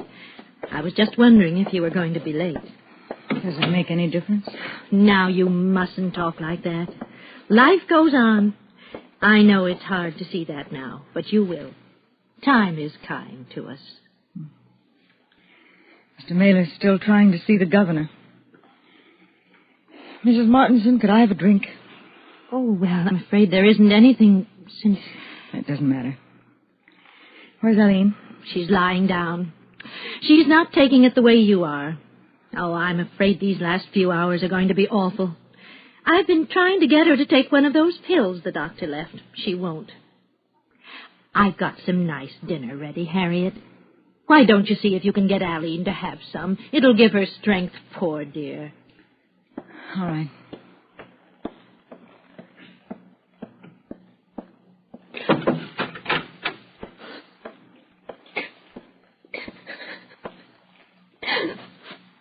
Hello, Aline. Oh. Harriet. Oh, Harriet. I can't stand it. I can't. I know. No, you don't. You're only his sister. I love him. I'm his wife. I'm his sister, and I love him. I know. Can't they do anything? Did you see Mr. Mailer? Oh, he's trying. He's trying to see the governor. But there's no time. There's a witness flying in from Mexico tonight. He says he saw a woman coming out of the building that night about the time that she was supposed to have been killed. Mr. Mailer thinks he might be able to get a stay of execution on the strength of it. Won't make any difference. It'll be like all the others. There was no proof. Just Norman and that terrible diary. Aline, do you honestly think he didn't kill her? Of course he didn't. I know he couldn't have done it.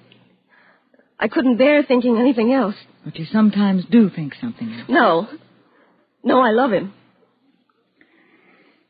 He wrote me a letter. I got it this morning. I want to read it to you. What did he say?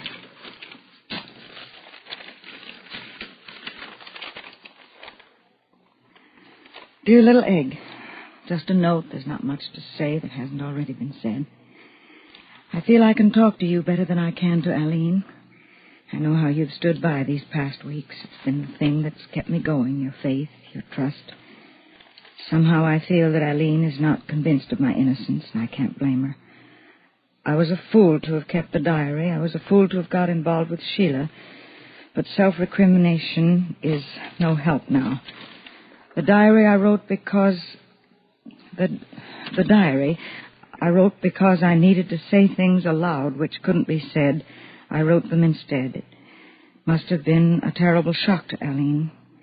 But you, my wise little sister, weren't altogether blind when it came to seeing the truth of our marriage. I suppose I turned to that poor girl trying to find again what was finished between Aline and myself. But I didn't kill Sheila. Always believe me. It's too late now, but I wish that things might have been different. Goodbye, little egg. My last brotherly advice. Find a good man, get married, have lots of nice kids, and be happy. You're the best of sisters, all my love, Mother. He thinks he hasn't written to me. Hasn't he? He believes that I think he did it. Don't you? I love him. But you think he did kill her. I love him. It's not too late to send a message. Let him know. Tell him you know he's not guilty. You could do that. He was there. He was with her that night. He admitted that. But there was somebody else after he left. You're so sure. You sit there cold, not caring. You're like those lawyers. I'm waiting for him to die. I love him and he's going to die. You're waiting for an end to something, and you're not feeling anything. Not really. He's your brother, and so he's got to be innocent. Save the name of Landon. That's all it means to you. Well, that's not true, Yes, it is. You've always laughed at us, Mother and me. You and Norman, always laughing, little secrets. I love him. And he always held something away from me that he gave to you. I hated him for that. Then you can't be very unhappy that he's going to die tonight. Don't you dare say that. Why shouldn't I hate as well? He never let me in, never let me belong. Even waiting now. Waiting for him to go to the church. You keep it to yourselves. I can't even share that. I'm sorry. I suppose we just don't feel things the same way. Maybe I just can't cry anymore. What's the time? 7. 7. 4 hours. Aline, Harriet, come along. Dinner's getting cold. I'm not hungry, Mrs. Martinson. I told you before, Mother. Oh, it's nice. Nice that you two have each other for comfort. We must all be strong. Pray together. Hope together. I'm not being callous, unfeeling. It's just that I've lived longer and seen more unhappiness than either of you. Life must go on.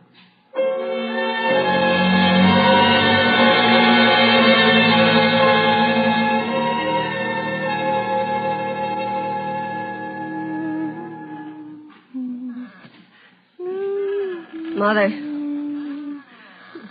Huh? Oh, yes, dear. I'm sorry. What's the time? Nearly 8. I'll get it. Must be Mr. Mailer. Hello? Yes, Mr. Mailer. Yes. Oh? Yes, all right. Thank you. Yes, I will.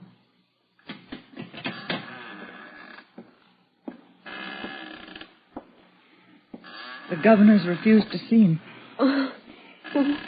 He's going to drive to the mansion and try again. He's leaving. God's will. He's leaving as soon as the witness arrives who saw the woman with him. A witness? Who? A man says he saw someone come out of the apartment that night. He said it was a woman. She was running. He saw a woman? Yes. Her face? Well, it was dark, but he thinks he could identify her. He's not sure. I think it's unfair. What is? Rousing our hopes this way. Well, if it's true, the woman... Mr. Mailer brought in 6 witnesses who swore they saw somebody near the apartment. It didn't help. The jury didn't believe it. I think it's unfair. Well, supposing this is different, it's a chance. Please, don't talk about it. Why not? Am I the only one? Am I the only one who thinks Norman didn't kill her? Am I? Blind not yourself with love to the faults which lie within man. Mother. Be quiet, Aline. Norman was a difficult man for me to understand, Harriet. I admit I was never really happy that Aline married him. Oh, I tried not to interfere. I've seen what he's done to my daughter during the past 2 years, and I've said nothing. It's not for me to judge his acts. That has been done. And a far higher judge will be waiting. I won't listen to you. I won't listen. Youth can afford the loyalty that age has already squandered. Why must you quote? Are you afraid of saying something original, something that'll show what you really are? That's enough. He's my husband. He's more mine than yours or yours. I don't care whether he killed that woman or not. I want him to live. I love him. He can't die.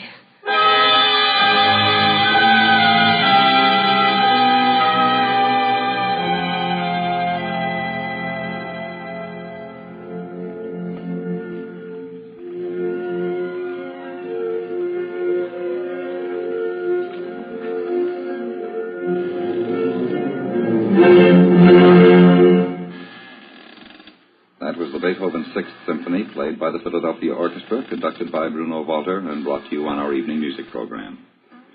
Time now is 2 minutes after 9, and here's a 5-minute summary of the news. State prison officials said tonight that nothing new had developed in the bid for stay of execution by Norman Landon, convicted slayer of Sheila Warriner. Landon is scheduled to die at 11 o'clock tonight, approximately 2 hours from now. The governor turned down the lawyer's latest plea. According to William Mailer, attorney for the condemned man, a new witness has been found who can shed further light on the case.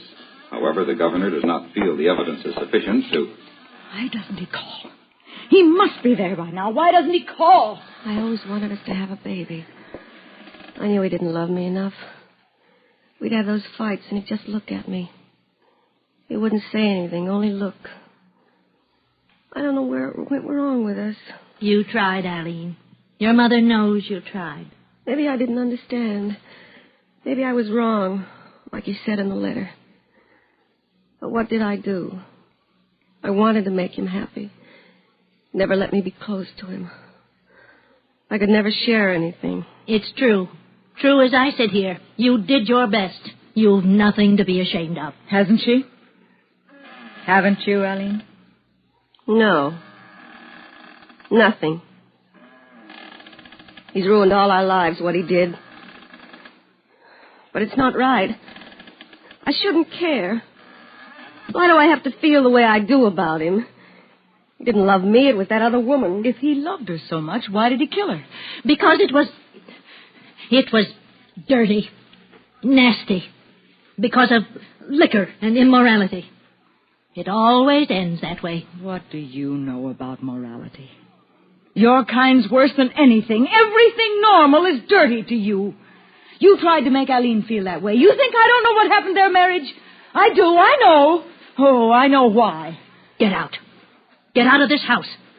You've shown your true color. You're no better than he was. Get out. I'll go. I wouldn't...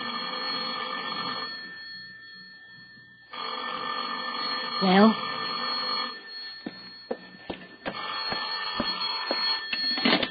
Hello? Yes? Yes, I'll wait. Who is it?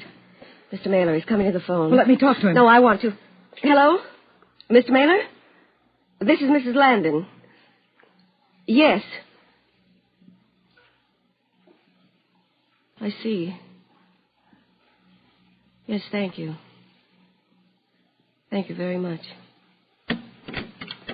What? Mr. Mailer's not going to see the governor. He doesn't have to. Norman's just confessed that he killed the woman.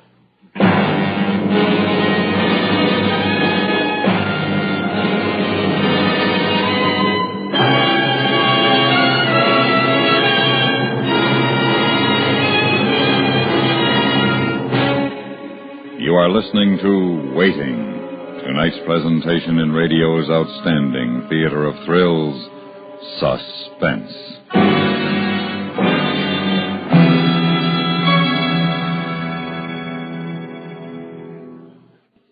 Even the most innocent bystander cannot help but feel the atmosphere of drama and excitement that pervades the station house of a big city police force. Step inside our 21st Precinct station house any Thursday night and listen as threads of emotion cross and crisscross to weave a fabric of drama that is no less exciting, no less intense than the situations that confront men on the beat. And these are the stories you hear each Thursday night when 21st Precinct is on the air on most of these same stations. And now we bring back to our Hollywood soundstage Vivi Janis, Paula Winslow, and Charlotte Lawrence, starring in tonight's production of Waiting, a tale well calculated to keep you in suspense.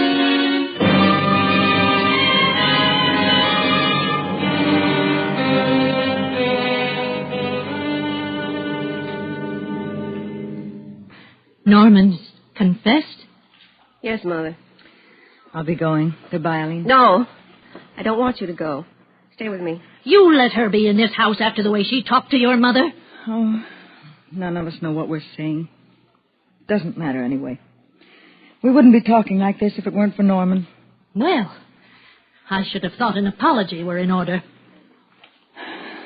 I'm sorry, Mrs. Martinson. You know, this is very funny. I wish we could hear ourselves quarreling, behaving like this.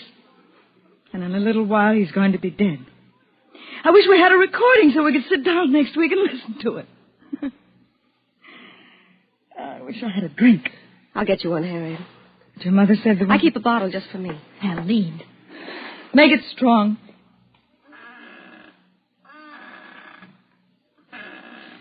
So he did it, after all. What did you say? Nothing. Yes, you did. You said he did it, didn't you? He confessed. For his soul's sake, he confessed. I don't believe it. You don't want to believe it. He didn't kill her. He was always drinking. He taught Eileen to drink. No good comes of it. It's a false strength she's taking for herself. Where does your strength come from, Mrs. Martinson? A knowledge of right and wrong. Oh, you laugh at that, my girl. But wait until you're my age. I think I'll never know your kind of right and wrong. Oh, I'm sorry for you, for Eileen. The shame you'll have to carry for this. And neither of you care now. Not now. You blinded by loyalty, Eileen by love. Just wait. Wait. I praise. I go down on my knees that there were no children to see this night. Eileen. Eileen, you all right, Eileen? I dropped it. Oh, don't pick up the pieces like that. You'll cut yourself. I'll do it. I'm afraid. I'm afraid. I'm afraid. Why? What's the time? Nearly 10. It's the waiting. That's the worst. It'd be better if it were finished. You can't wait till he's dead. Is that what you mean? Is that why you're afraid? Shut up! Did that make you feel better? I'm sorry. I'm sorry. I know you. I've always known what you're like. When you feel guilty about what you've done, you have to take it out on somebody. Norman, it's easier then, isn't it? It always was. If you can get angry enough, you don't have to think about things like now. That's why you slapped me. You want him to be guilty. It's better for you now that he's confessed, isn't it? He did kill her. He did. No. I think he confessed to make things easier for you and for me. Then maybe we wouldn't have to spend the rest of our lives wondering. Not that you'd be wondering. You know, don't you? What do you mean? You know what I mean. Go on inside. I'll make the drinks.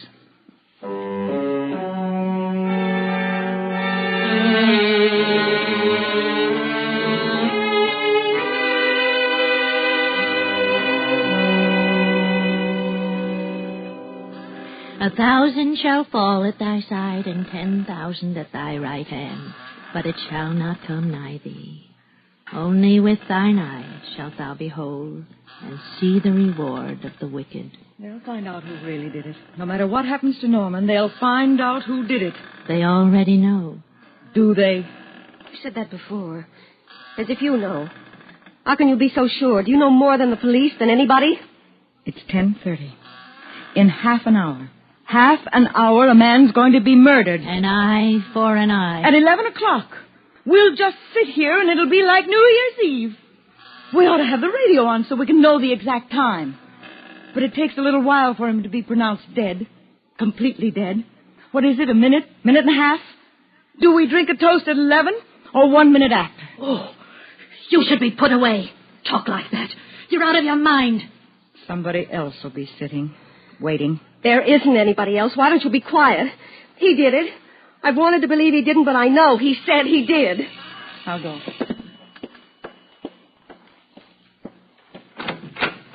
Telegram from Mrs. Norman Landon. Thank you.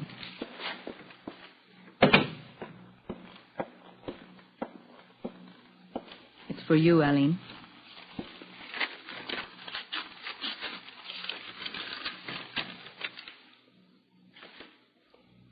You did this. What is it, dear? Who is it from? She did it. Congratulations. That's all it says. It's from you, isn't it? Don't be stupid. Why should I say that? You hated me for marrying him. You never thought I was good enough. I didn't send Who it. Who did? You're a wicked girl if you sent that. A horrible, wicked girl. Mother was right. You shouldn't be here. I want you to go. No, I'm staying. I'm going to wait until 11. You're getting out. I've told you I'm not leaving. Call the police, Aline. Call the police. They'll take care of her. What are you smiling at? What? Don't take any notice of her. Why are you smiling like that? I just think it's funny. Calling the police to put me out. Then I'll have nowhere to go when they execute my brother. She's gone crazy. Stay away from her, Aline. Why are you being like this, Harriet? It's not my fault.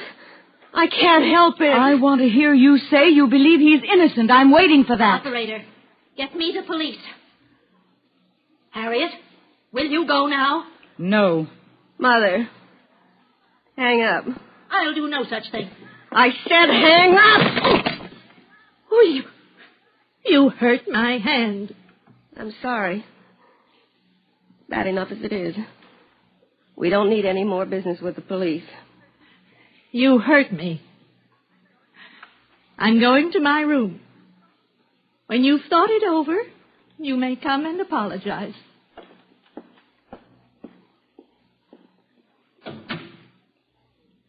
She's old. Things aren't the same to her anymore. Were they ever? You think I'm to blame for everything, don't you? Yes, most of it. You know what it's like, living with a man you love. Love so much it makes you weak and nothing. Realize that when you say things you don't mean them, but you want to hurt. Do anything to get him to notice. Make him angry, anything but make him feel something. I never could.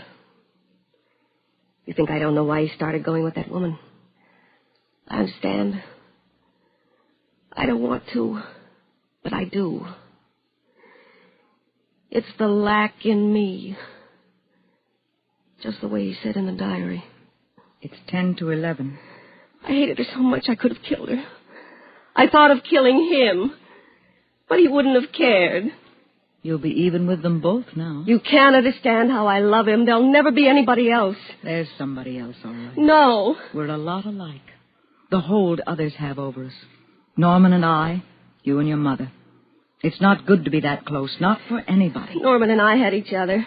Maybe if it hadn't been for you and Mother, we might have... You didn't. You had a chance and you didn't. I thought you'd tell the truth when you got the telegram. You said it. It was you. Yes.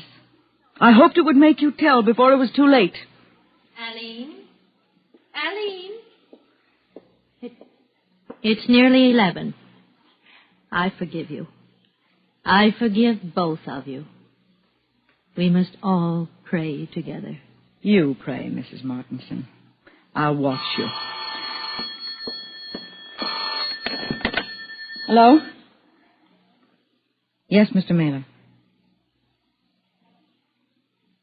Oh. Yes. Yes, I will. Thank you.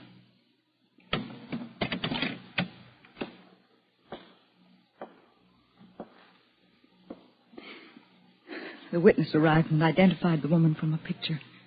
The governor granted a stay of execution 5 minutes ago. Identified? Yes. You knew, didn't you? It didn't make any difference. He wouldn't have come back to me. Would have been better. Now I'll have no one. Mr. Mailer had a suspicion. He couldn't prove anything. He told me. I wondered, too. No one else recognized the woman in the picture except the man who was in Mexico. And you would have let Norman die. Oh, Mother, stop it. I didn't think anyone saw me come out. I followed him, Aline. I did it for you. I had to. It was so wicked. Right after he left her, I went in. I tried to talk to her. I did it for you, dear. They won't electrocute me, will they? I know it's against the commandment to kill, but I had to. I could stand everything but the waiting. Oh, Mrs. Martinson.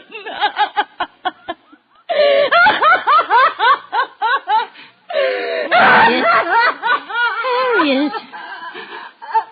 She's crying. I never thought she could cry. It's all right, dear. Have a good cry. It'll do you good.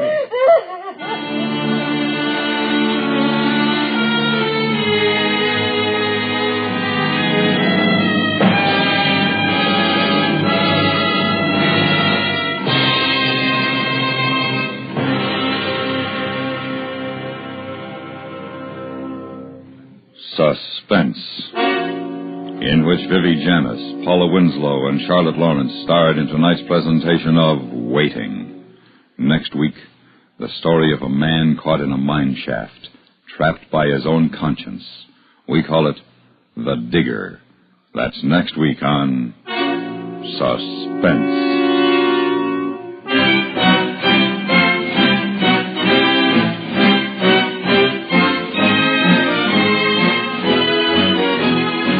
Suspense is transcribed and directed in Hollywood by Anthony Ellis. You have just heard Waiting, written by Mr. Ellis, especially for Suspense. The music was composed by Lucien Morawek and conducted by Wilbur Hatch. Others in our cast were Thomas Hanley and George Walsh. Are your neighbors talking about action yet? Well, if they aren't, perhaps it's because they're not yet aware of the practical plan for preventing and eliminating slums that has been set up by Action, the American Council to Improve Our Neighborhoods.